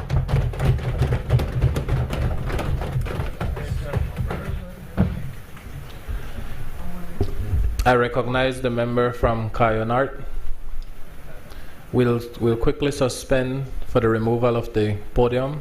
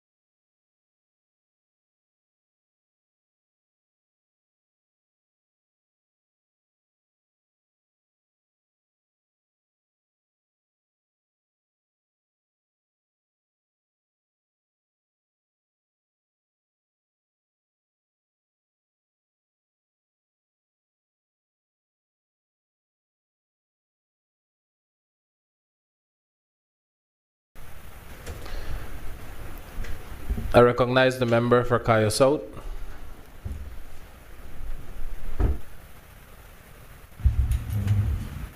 Morning, Mr. Speaker. I have to make a recommendation so they make their chairs a little more comfortable. After 3 days, it's taking its toll.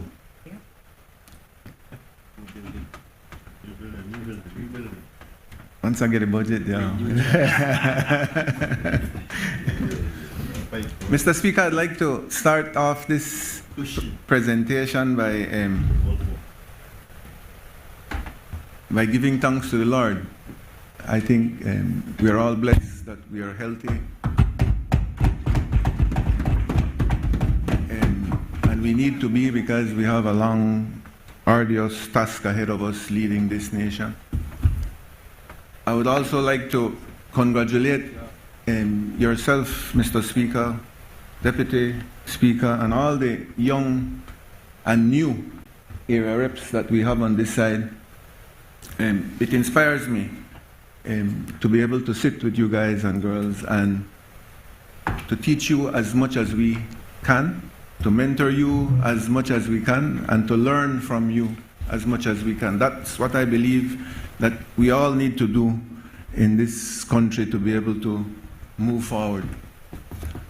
I would also like to congratulate the new members from the other side.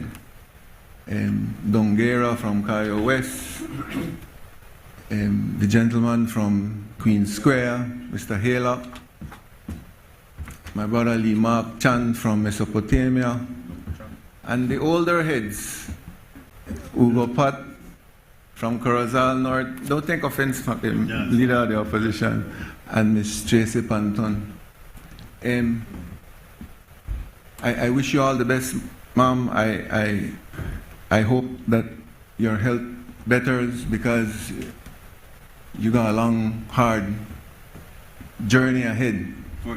I notice some of your guys done the suck teeth and cut eye out of you, but that's part of it. I wish you all the best. And please bear with me when we do what we need to do in this house. Don't take anything personal. It's not the intent. But we got to do what we need to do.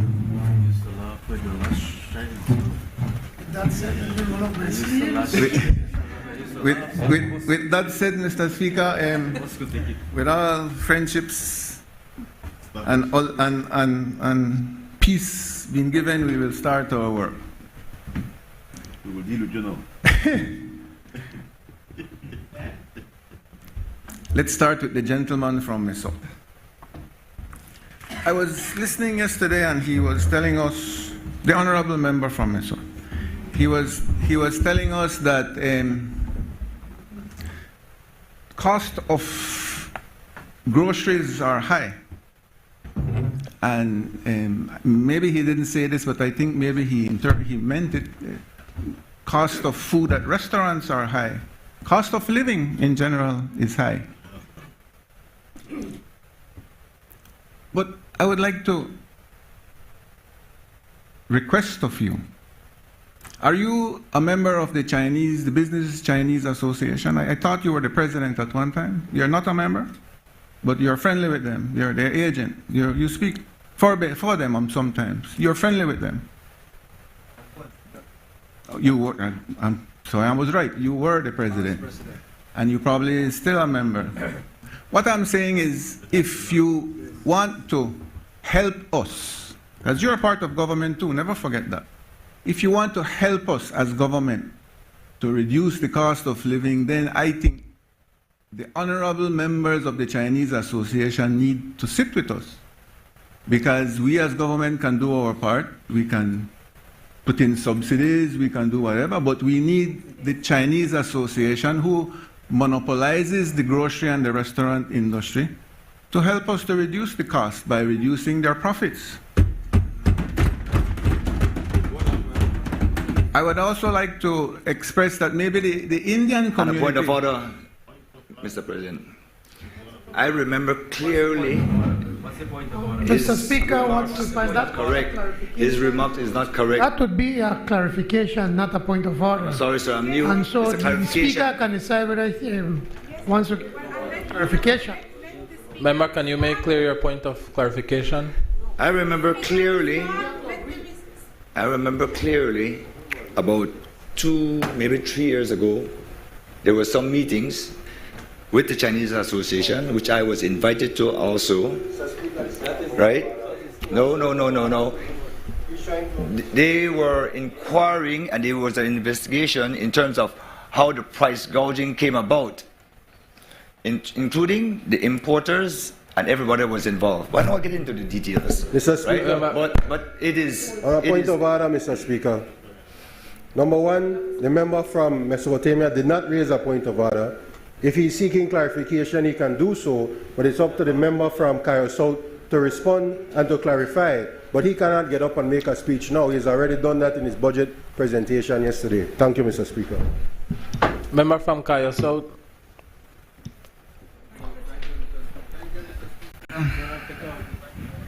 Member, can you take off the mic? Sorry. I'm not looking for an explanation right now. I'm just giving a recommendation. If you are a part of government, you are a part of this powerful association, you have influence. We will do our part. I'm asking if you are willing to do your part with your colleagues to see how we can reduce the cost of living. It's a genuine proposal. And when you come to this house and you attack,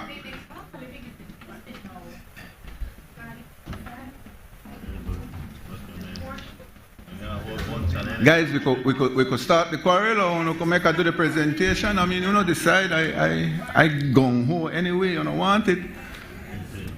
So, I'm giving you that proposal and putting it on your ball court, so that the next time you come here with a positive proposal based on what I recommended to you, we will accept. If not, you can't come here be repeating rhetoric after rhetoric after rhetoric.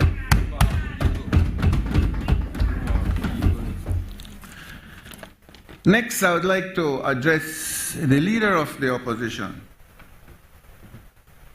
You made some commentary about the George Price Highway, insinuating that the cost is a bit high for 18 miles of road. I think both of you did it, the member of the opposition and the member from Meso.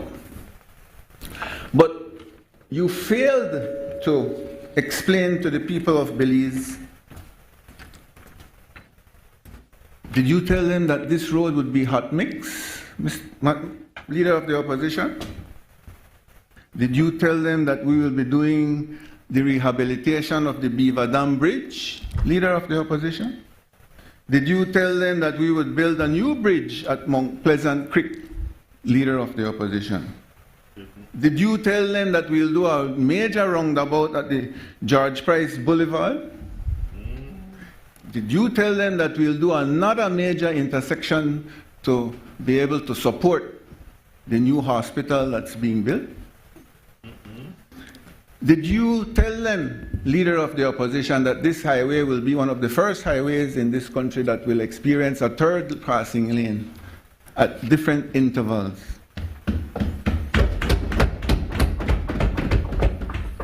Did you tell them, leader of the opposition, that the highway will be elevated approximately between 18 to 20 inches along the stretch that is being discussed?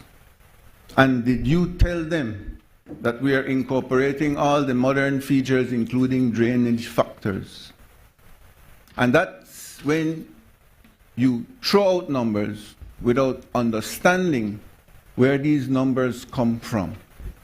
So let me explain to you, leader of the opposition. When you give a mile per road estimate, it varies from road to road to road.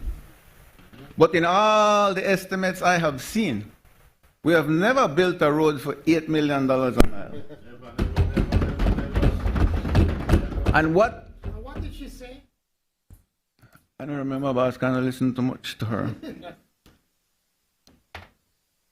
What is important to identify is the cost of a road is inclusive of you stood up yesterday when you could and made complaints about us on this side that we weren't giving you opportunity to speak. So I think you should be respectful. But you're not acting in a respectful manner. I am doing my humbly best to respect you. So me and you the talk and about Prime Minister and you that me and you the talk. Mr. Speaker, are we going to get through with the presentation? A point of order for the 2B. You mentioned it earlier. Please remind the leader of the opposition. Thank you. I just love it because they give me ammunition to do as I want. You understand? Members, can we please proceed with the presentation? I am proceeding, Mr. Speaker. So, when you come to this house and you make statements, you need to not just be reading statements without any factual input. I would humbly recommend that you go back and read your notes again. And if you need more information on it, I would gladly give it to you anytime you ask for it. And by the way, this road would be divided into 3 sections. The first section is section 3, which is the road between Belmopan and Democracia. I mentioned it yesterday. The second phase would be from La Democracia to Hattieville. And the last phase will be from Hattieville to Belize City. Getting to the member from Mesop. He is saying, in his humble opinion, that this road is not an important road.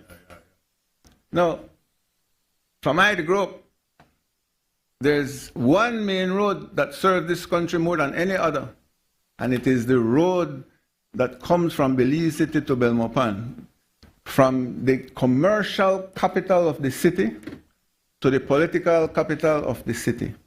I remember during Hurricane Hattie and others that because of the road condition, when a hurricane would pass through, you would not be able to come from Belmopan to Belize City and vice versa.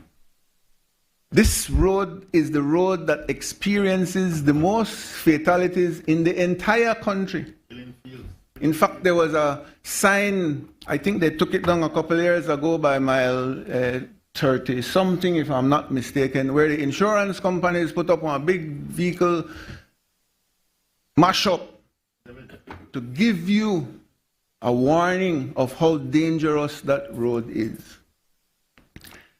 When you go back and drive back, member from Mesop, I'm not sure if you're driving back or you use a helicopter, I'm not sure. But if you drive back, I would like you to look at how the road has been deteriorated to the point where there is absolutely no shoulders left. The line that demarcates the width of the road cannot be painted because there is no asphalt to paint it on. If you would ever have a flat tire or you would be something happen and you had to swerve off the road, you would probably die because the vehicle will flip. The angles of the road is not adequate for the type of driving that we are doing. The smoothness of the road has gone past the level where it is safe. So with the slightest rain that that road experiences, the little oil that left on it creates like an ice field where you can do ice skating. Mr. Speaker, our responsibility is to not only build new roads, not only resurface old roads, but to rehabilitate existing infrastructure roads so that they reach a level that it can last a longer period of time. So I just wanted to explain that to you. But let's compare this road as a priority. You said that this road is not a priority. Okay. Let's go back to 2018 when a contract was signed for the road that goes to Caracol. And you can go into the history. I was one of the first people that said that that road, in my opinion, was not a priority road. And I still insist that that is not a priority road. We will be spending mega millions of dollars to complete that road, and we will complete it because we are a responsible government, and contracts were signed before. Unlike the UDP, when they come in, they cancel contracts and have to pay millions of dollars to the attorneys and to the contractors that the contracts were not awarded to. We did not do that. The contract was issued, payments were made, work was being done, and there was a second phase, which is the one that's being done right now. We respected the procurement procedures, we respected the contractor that had won the bid, and we continued the project, knowing that that road is definitely not a priority road if you compare it to the George Price Highway. So I just wanted to clarify that, member from Mesopotamia. Mr. Speaker, under infrastructure development portfolio, the ministry is legally mandated to upkeep and maintain a public road network comprising of 3,156 miles. I want to repeat that, 3,156 miles. That is 23 miles more than we had before. Why? Because we have opened up 23 miles of roads in the rural communities, most of them village and farm roads.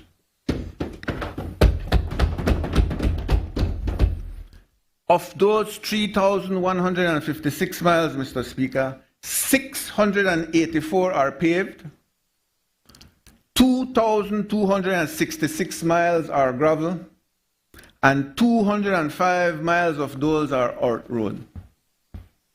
Mr. Speaker, you are our area representative from a rural community. You can understand how much work it takes to be able to maintain those 3,156 miles.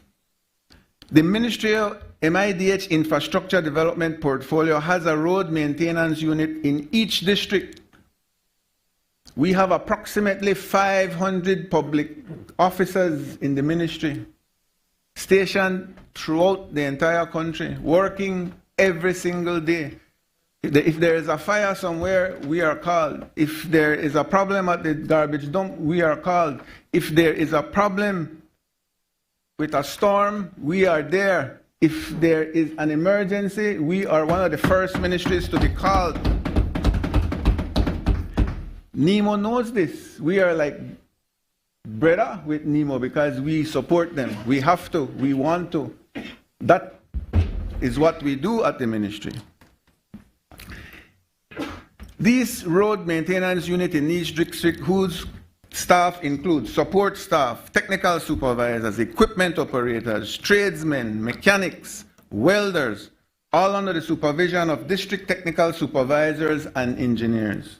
Their activities include patching of paved roads, spot patching of gravel roads, resurfacing of gravel roads, vegetation control, grading of roads, cleaning of drain structures, culvert installation, minor bridge maintenance, new road construction, reopening of existing roads, opening of new village and farm roads, waste disposal of our main highways, line markings, signs, guardrails, etc., etc., etc. But one of the programs that we have put in, which I am pleading and I continue to plead with the Belizean people, is we are spending too much money collecting garbage on our highways. I'm asking the private sector that produces the garbage, I'm asking the Belizean people to have some more civic pride. It is horrendous when we are bush hogging the sides of the highway and the amount of plastic that you see. I am asking the business community to start, instead of giving plastic bags, let's go back to the old days and do the paper bags that are recycled, that safer for the environment. Let's do a program where we ask people to take grocery bags the way we used to do it when we were small, like then small crocus bag or paper bags or cloth bags and reuse them over and over. Let's help our country. MIDH is doing its part, but we need everybody, the Ministry of Environment, we need the Ministry of Tourism, we need everybody here and on the opposing side to convince our Belizean people that we have to take care of what we have, which is a jewel. So that's one of the things that I plead. Secondly, I plead, I could stop this drinking and driving, man. We are faced with serious accidents over there, and a majority of it is because, one, people are drinking and driving, and two, we have a tendency in this country to not like to respect the law. We drive above 55 miles an hour, that's for sure. We text and we drive. We phone and we drive. We gossip and we drive. We do everything except paying attention to the road and the people and the animals that are in front of us. And I say we, because we are also, I am part of it. We grow up in that culture, we feel like, oh, we're a bad man and we could drive faster, you know what I mean, and we could get away with it until we kill somebody or until one of our loved ones die. And when one of our loved ones die, they're not a PUP, they're not a UDP. It's a Belizean. It's a Belizean, and we have to take care of that. I got a next problem. And the minister they say too, motorcycles, good thing and bad thing. Good thing, I could say motorcycles have enhanced the quality of life of my constituency because it allows people to have transportation now at a very inexpensive rate. They can go from point A to point B, they could go to their work, they could go to their farm, they could take their produce. Sometimes they got 3-4 picnic on their cycle, they go to school. We understand this. But what we are failing to realize is that these motorcycles, if we do not monitor them properly, if they're not licensed properly, if the people that drive them do not know how to drive them properly, they are endangering the lives of other people also. So let's embrace this new technology that we have now, because I think it's positive. But let's find a way, Minister of Transport, to regulate it so that it is safe. I got a next problem with cycling at the village, and I don't know if I do it this one, so give me a little chance. They put on some big muffler when the villagers can't sleep the night. All night, and the villagers are not sleeping. I got complaints, from all the villages. I don't know if it's the same in Mesop. I'm not sure if it's the same in Freetown. I'm not sure if it's the same in Lake Isle. But in the villages, it's a major problem, and I think we need to address it. I have to put in our plugs, but I don't really got a problem, but I assume people have to put in our plugs. So, what's the purpose of today? On this side, it's to support and to report. On that side, I'm not exactly sure, but let's stick to the support and report. We are here to support this budget, and by supporting this budget, my responsibility and all our responsibility is to explain to the people how their money is being spent. Because don't make no goes fool you. Enough for their money over there, and enough for we money over here. We are elected on behalf of the people to manage the people's money. And so if they rail up with me, they're going to write. If they ask questions, they're going to write. You understand what I said? That's for we job. So don't come and beat your chest and say, I give you this. I build that for you. Thank you very much. We would like to do that. And sometimes maybe it feels good. But the people that you're giving it to should say thank you to themselves, that they elected you to be responsible enough to use the resources that was given for their behalf. That's what I believe the reporting is all about. You agree with me, member from Mesop? Good. I like when you agree with me. Well, I always correct so I agree. So, the update. I must say, my brother, you're a little better representative for Mesop than the last time. Oh my God, the last one stressed me out. No, that phone no problem. I don't want to get no phone, no, sorry. So, projects that we have done. So, what happens with our budget? Our budget is not exactly the work that's done that year. Some of our budget goes 4 or 5 years depending on the project. So what I'm saying today, some of it are projects that we have completed in this year that passed. Some of the projects are ongoing. Some will start. So just to give you an idea of the projects that we are doing. The completion and inauguration of the Philip Golson and Remate bypass upgrading project. That was completed this year, Mr. Speaker. The construction of the J&W Bridge and approaches, inclusive of Treasury J&W Road in Belmopan. That is the one we inaugurated about, I think it was a week ago, or 1 week ago, not so. That one is special, Mr. Speaker. We managed to solve a flooding problem in the J&W area. We managed to pave a road. Even John Saldiva can smile, because we paved the road front right front house. We can't change our name for J&W. That's not me, boss. I'm not into that. That's somebody else if they want to deal with the name. I do that build the road. We paved the road that allows the residents along that stretch to be able to now have access to their property. We have elevated the value of property in that area by just putting in the road. We have put in culverts to better the drainage area. So that whole section was an awesome experience to see how infrastructure really allows the economy to move, and people start, as we were building the road, people don't start apply to CBA for permits, and you see houses, they start going, and it's a good feeling. Only Boots never apply for CBA. You have to talk to Boots, you know, Mr. Chang, you have to talk to Boots. Till I apply, man, you can't build house and build fence and not put in a permit, man. Send the man a little note, sir. Give it back the thing, man. Do the right thing. We built also in Belmopan, Mr. Speaker, the San Martin Bridge, which is a very important bridge for the rural area of Belmopan City. And I would like to invite you all. We will be doing next month the inauguration of the Joe Taylor Bridge. What?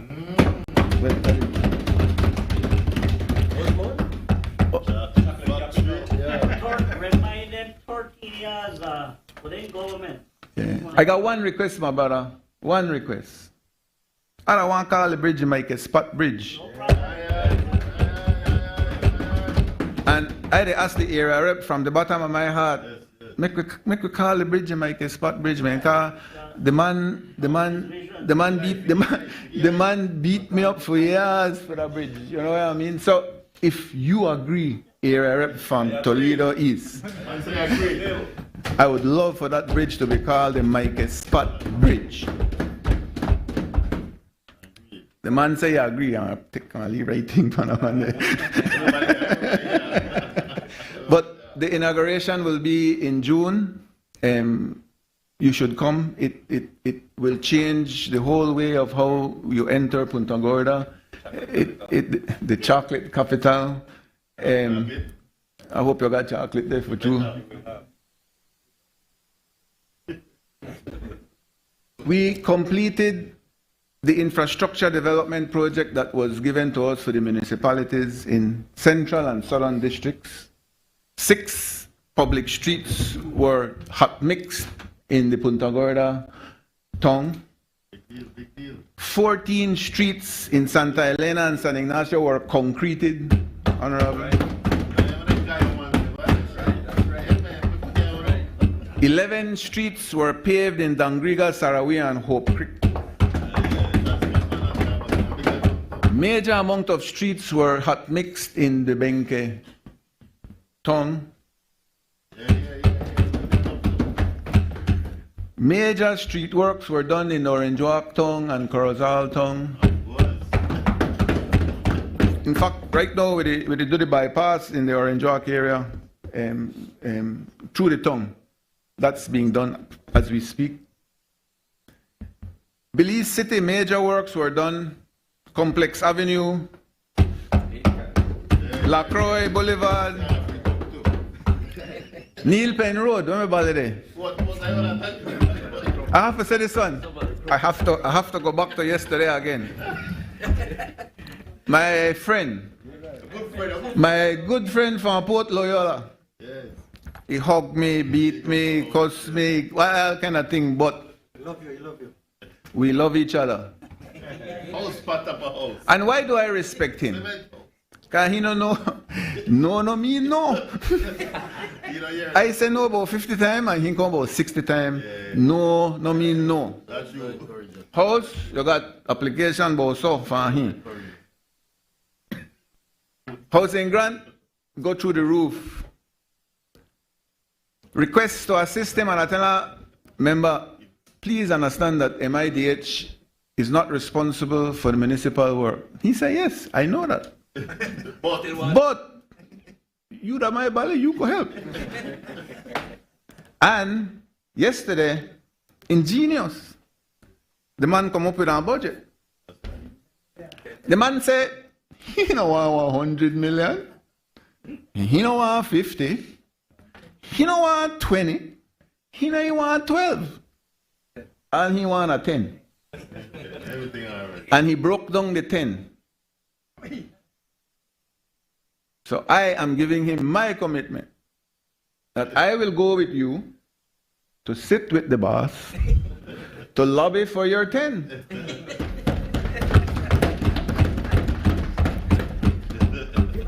I want to wink out there when the man in a good mood, and then I tell you, boy, make we go, no. Make sure they're close. I will try. Well, see, don't set me boy up for, because you're not, because he can't do it too. But what I am saying, we should not be annoyed when our colleagues are fighting for their people. That is their job. That is their responsibility. Remember, I know we're joking, but from the bottom of my heart, I applaud what you do and continue doing so. Just not cost me too much. So we do Complex Avenue, Lacroix Boulevard, Neil Penn Road. We do some street in the St. Joseph area. I remember St. Joseph Kaigane for primary school. Yes. Yeah. Then by from Holy Redeemer, I think them better than we, and we had to prove them wrong at the time. Yeah, the deal with them. Rehabilitated the Peter Seco Street. That's another street that we did. It is not enough. The area reps from the city deserve more and more and more and more. So the only time I can go into the city if the area reps get together and convince the boss that we need only municipal work, I get the budget and we can do it. So again, when I finish with my brother, I direct them and join enough for go do the lobbying. Call it. The Hawksworth Bridge maintenance project was done, Mr. Speaker. That was an important project for the Cayo district. It is cultural. It is not only a bridge. It's historical. It's cultural. It's beautiful. It represents the Cayo like you say Belize City and you think Lighthouse. But when you're at Cayo, you think Hawksworth Bridge. So it was well deserved. 1949. Completion and piling and concreting of the roundabout at mile 3.5 Philip Wilson Highway. This was to give us an idea of costings to do what we know is necessary. The road between that roundabout and the Halova Bridge is in an area that has 60 foot of peat. Studies have been done. We are building roads on top of roads on top of roads on top of roads because of cost.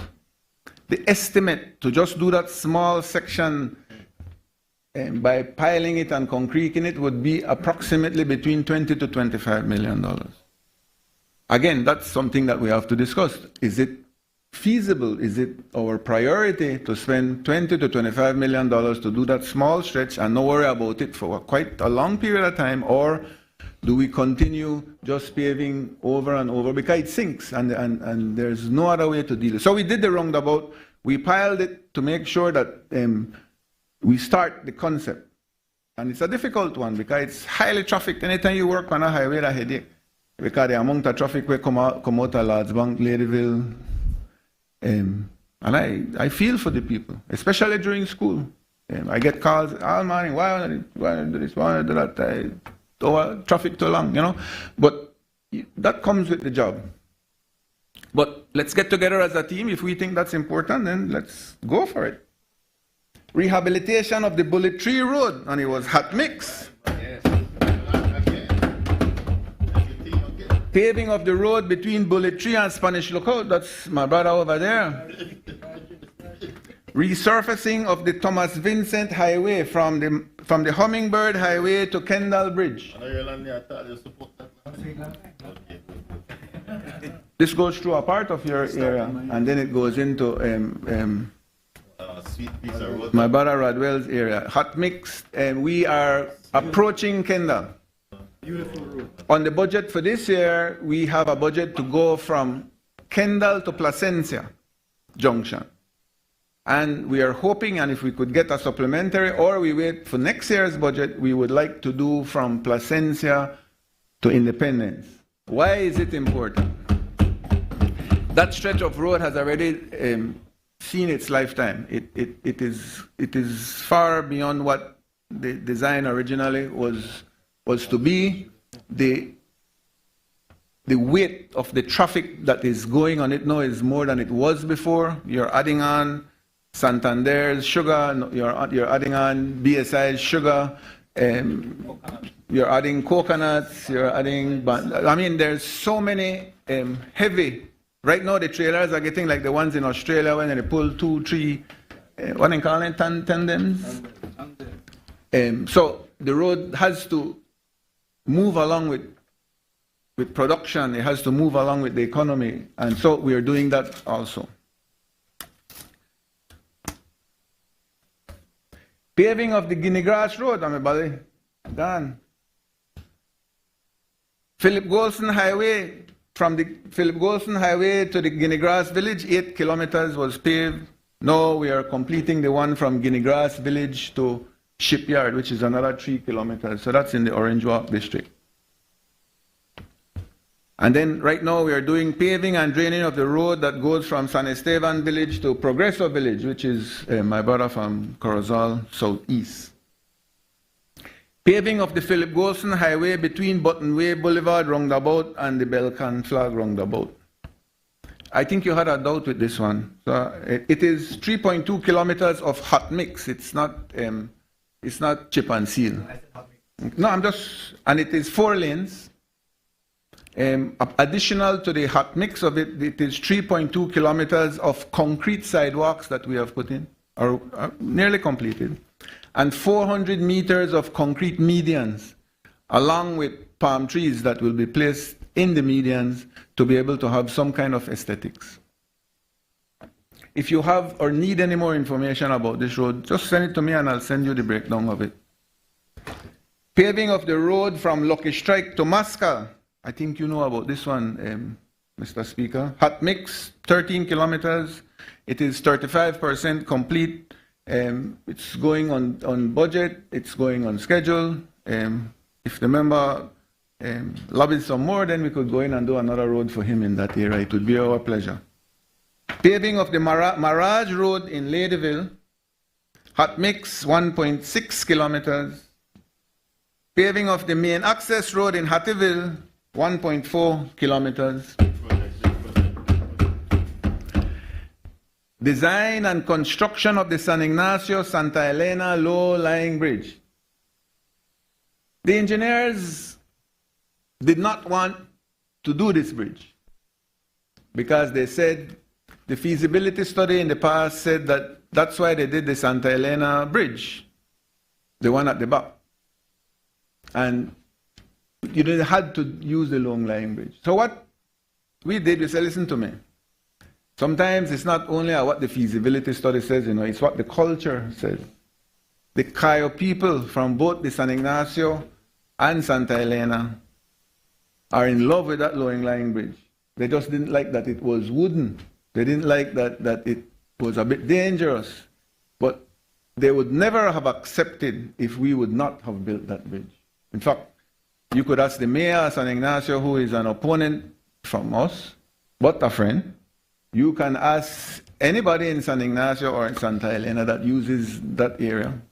The people that use the vegetable market could tell you.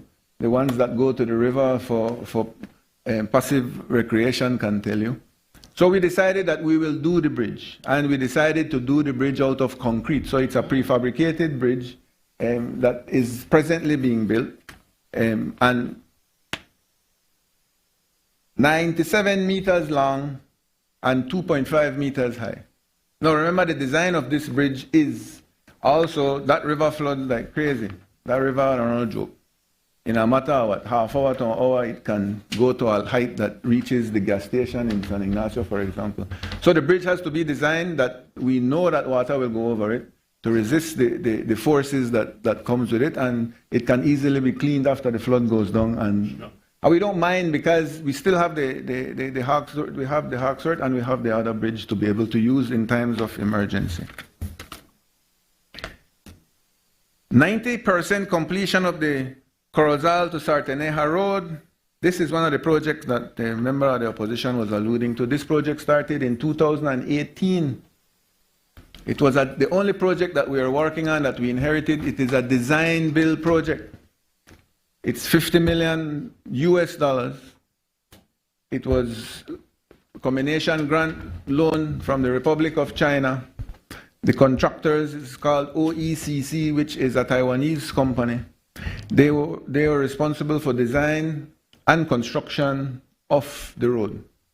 When we got into government, 45% of the financing had already been forwarded, and only 10% of the work had been done. So we had to restructure our supervision, restructure our negotiations, had meetings with them, have them sit down, put one time frame that was realistic. And I must say that after all that hard work and after years, by the September of this year, the road should be completed and still within the budget of the original quotation. That was the mission that we had.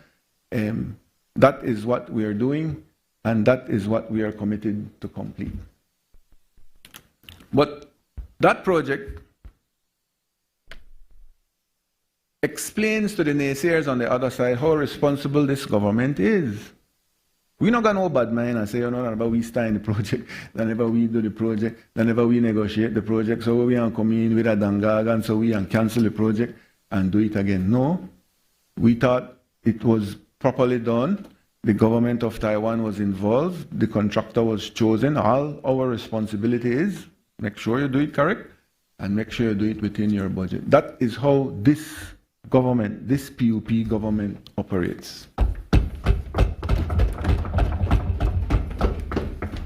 Paving of the San Esteban Road, 10 kilometers from Banquitas Orange Walk to San Esteban Village. That has been done already.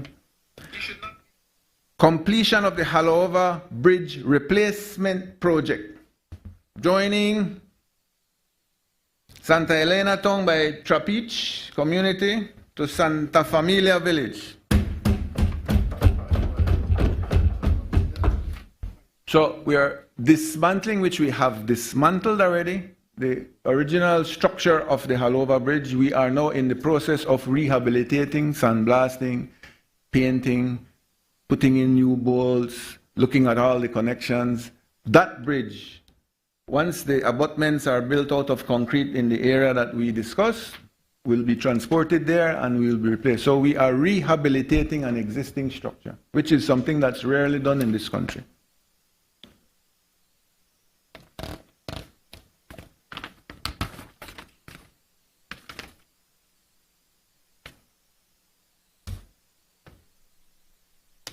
Caracol Road Upgrading Project.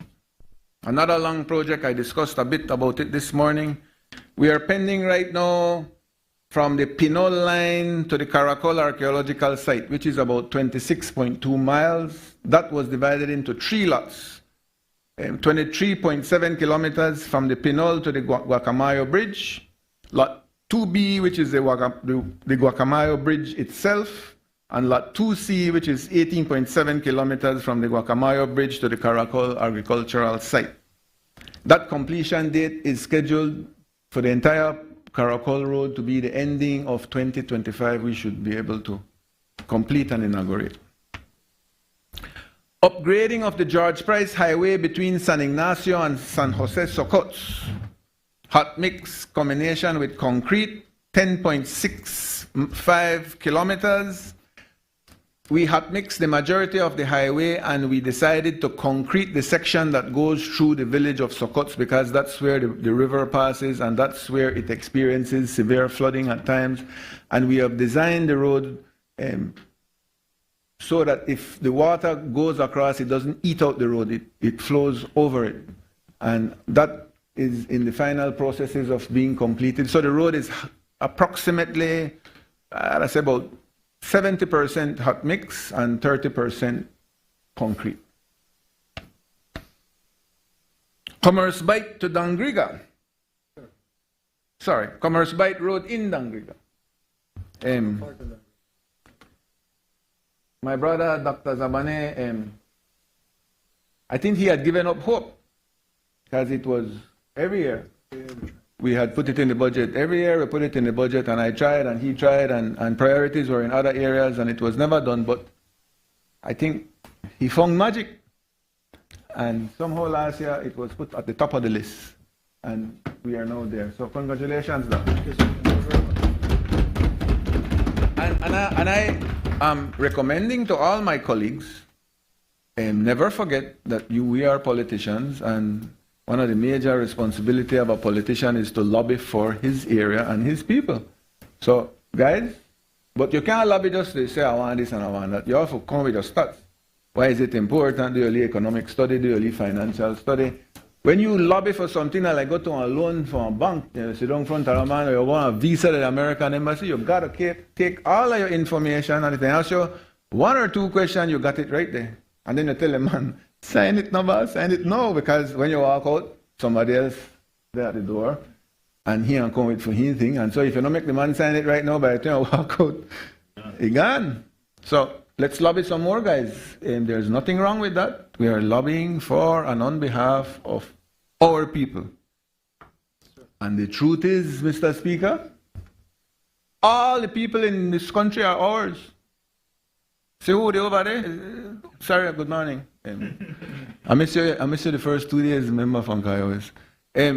But we represent, well, in my area, are they close to them, Balia? We represent 90% of the population. So how do we operate in our areas? Ask these gentlemen who have, how much times have you won, Honorable Francis? 6. Honorable Cardell?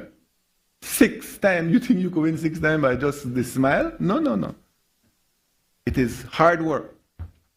And no, it's not like you will represent a sector of that community. You will represent everybody. That's how we operate in Kaya South. We represent everybody. So let's lobby more for our people. I have no problem with that. Concrete of the center street in the Placencia village. We noticed that the end by the pier was having serious problems, and we decided to concrete that section. And we hope to be doing more for the Honorable Rodwell. We're also in Maya Beach doing a pedestrian and bicycle path. We have noticed that it is extremely dangerous where there's a lot of tourism and they're using their bicycle on the road with major vehicles running at high speeds, and it is just an accident waiting to happen. So we decided to take the initiative and move ahead with that. We are in consultation with the Ministry of Tourism to see if they would join us so that we could do more. Right now we are about to reach St. Bite Village, and the plan is to reach all the way to Placencia. We'll get there. It's just a matter of time, and we'll do it by phases. But I think that was another important one. And then we did the Farmers Express Road, Banana Bank, Valley of Peace. This was a PPP where the ministry put in some of the resources. We joined with the members of the Spanish Lookout community who were asking us to make sure that the Farmers Express Road become a public road. We went through all the technical aspects, and that is now a public road. And then they put their contribution along with Valley of Peace Farms and Banana Bank Farm, put in their resources along with us to be able to have that project completed. It helps the farmers, it helps the Mennonite community, and it helps the villagers of the Valley of Peace to take out their products. So I would personally like to say thank you for that one. There are many more. Mr. Speaker, but I don't want anybody to get back to me, but I got a whole list of projects here. I don't think you want to read the whole of this, Mr. Speaker. I want to circulate it and I don't read the whole thing because we have to go there till tonight.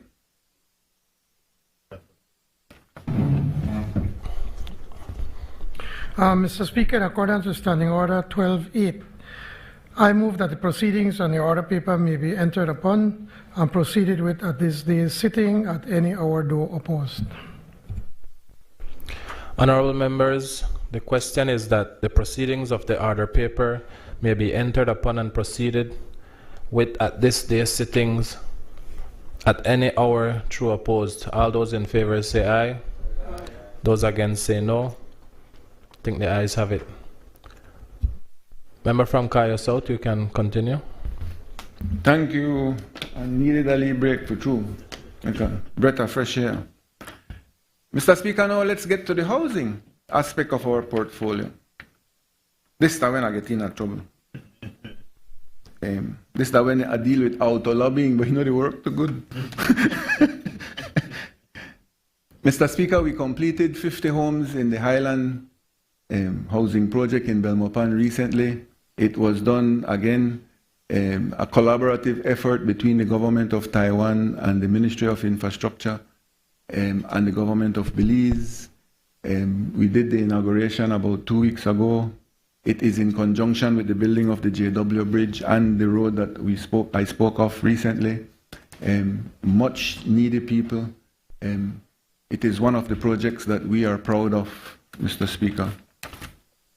We also have 50 starter homes completed and ready to hand over shortly in the Blackberry area, and that is mostly for our veterans from the city that have a landlocked constituencies. So we'll be handing that, we'll be doing that inauguration pretty soon, 50 more houses that are completed. And we have 100 more regular starter homes countrywide that we completed this year. I saw the Prime Minister handing up one with the lady crying on his shoulder. Is that not true, Prime Minister? It was last week, I think. I think I'll forgot to talk to that lady for talk to you more, you know, boss. We are doing miracles, Prime Minister. We are doing miracles with $5 million a year. And publicly again for the 5th year. UDP every 8 million. Yeah, Prime Minister, but I don't know UDP. Prime Minister, we are humbly requesting on behalf of the people of Belize that the $5 million budget be incremented so that we can better serve our needy people. Prime Minister, I know they asked for 100, I know they asked for 50, I know they asked for 20, I know they asked for 15 million, I know they asked for 12 million. Prime Minister, I know they asked for that $10 million.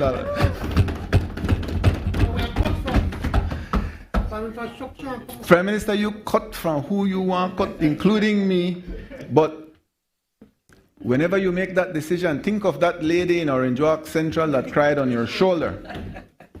And how you, Prime Minister, through me, saved that lady's life. You made her life better. I listened to the Honorable member from Laikai explaining with that story. He has been saying anytime he says it, I kind of shed a tear.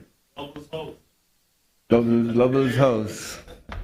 And then I listened to my veteran from Belmopan saying he grew up in the largest thatch house in the country. No, he tell me I never the whole country. I'm only Belmopan. And I don't have that kind of story. We were a little bit more fortunate. But I can appreciate what it meant to be able to live a stable life. I can appreciate what it meant that my father or mother maybe never had to worry about that aspect of life and could have invested the extra money into my education. I could appreciate what it means in society when that little extra money invested in one's education can make a major difference in one's future. That is what I take and some of my colleagues believe I'm a bit, maybe too pushy with it, but I believe in the PUP's core principle. And that is, we are here to help the ones that can't help themselves. As long as I am an elected member of this government or of this party, I will continue to lobby for that cause, because that is our responsibility, and housing is one of the programs that the Right Honorable George Price would definitely agree with us. It changes the lives of people, period. And then I was listening to my brother over there for mess up, and he was saying, why the house then too small, that way, say, right? Well, of course he answered the house too small. You see the house when he live in a Caribbean shore, that 3-story front of the sea. Van, you look at a picture of the house? So of course he answered the house too small. And I applaud him. He's a hard-working man, and he has achieved what he needs to achieve. But those starter homes that we are building, the people that live in there love it as much as he loves his house. It is a starter home with a concept. It was designed so that it could be expanded to a 2 to a 3-bedroom. In fact, we have given them the plans. I mean, why you stay a minute so you could listen to what they say.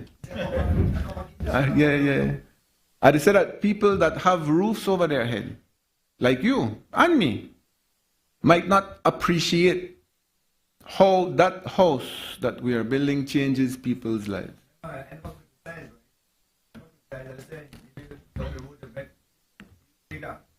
No, I'll tell you why.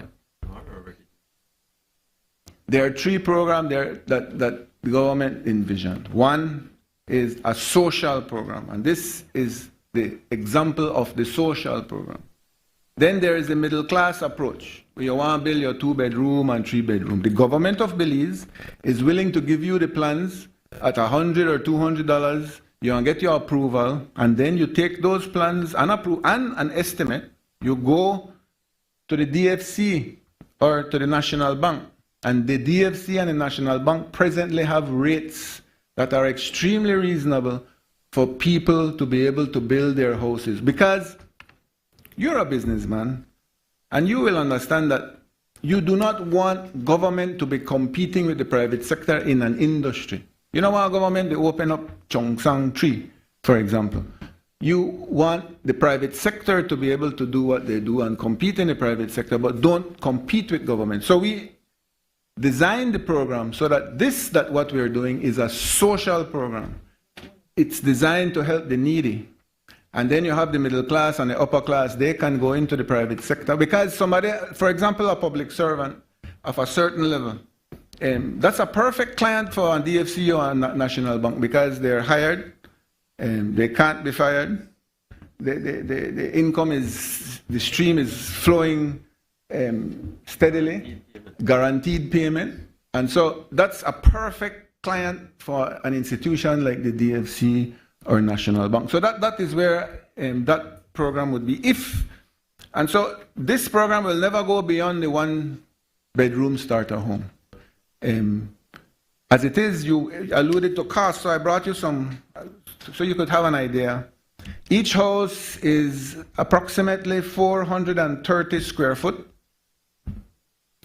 The price ranges from $56,000 to $62,000. Why does it range? Because it depends on where the house is being built. If it is in a concrete area, a stony area, then it can have less height. If it's in a swampy area, the type of foundation changes. So it depends on where you are, and that's the range. And this is approximate, it's the range that we have been using. This gives us approximately $130 per square foot, more or less. The average. Now I challenge you, member for MESOP, to go into the private sector and quote a complete finished concrete house with water installation, electrical installation, sewer installation, and see if you can In fact, if you could come and build me one of them same house for less than $100 and $30 a square foot, maybe you want to be a contractor like your Bally Boots too. You know, I'd give you the job. Can look like everybody want to turn contractor now. But the $130 gives you an idea that it is an extremely low cost per square foot compared to the market of the construction industry presently. And you know, because you build a lot, so you know what I'm talking about. I hope this clarifies your concern. Yes, and I can safely tell you since I got in 2021 to where we are right now, about between 25 to 30% increase in material. The labor has increased more than the $5 per that's minimum. That's not paid in the construction industry. And so, with that said, I am saying, why our government not invest more in training? And that maybe you could help us, and the member from Toledo West, spend more money training our technicians. We need more plumbers. We need qualified, no? We need more plumbers. We need more electricians. We need better masons. We need all of these things, because people in Belize fail to realize, and no offense to any profession, but the person that sits in the bank or sit at the call centers make X amount a day. I think it's fair wages. But it's nothing compared to wedding guys as a plumber or electrician or a mason make. These guys are making at a minimum $100 a day. Those are the ones that are not good. The ones that are really good, you talk $150, $175 a day. A plumber comes to your house, you say, boss, me toilet the leak. Hinga receipt book like doctor, $200 just for come and say, yeah, the leak. Give me the 200, all right? Then you call your next two for fix it. Nothing wrong with that. In Europe, I've said this to cabinet many times. In Germany, the technicians, the carpenters, and they call themselves master carpenters, master builders, the electricians, and the plumbers are looked at in society at a higher level than most of the professionals that we consider here. They're trained. They're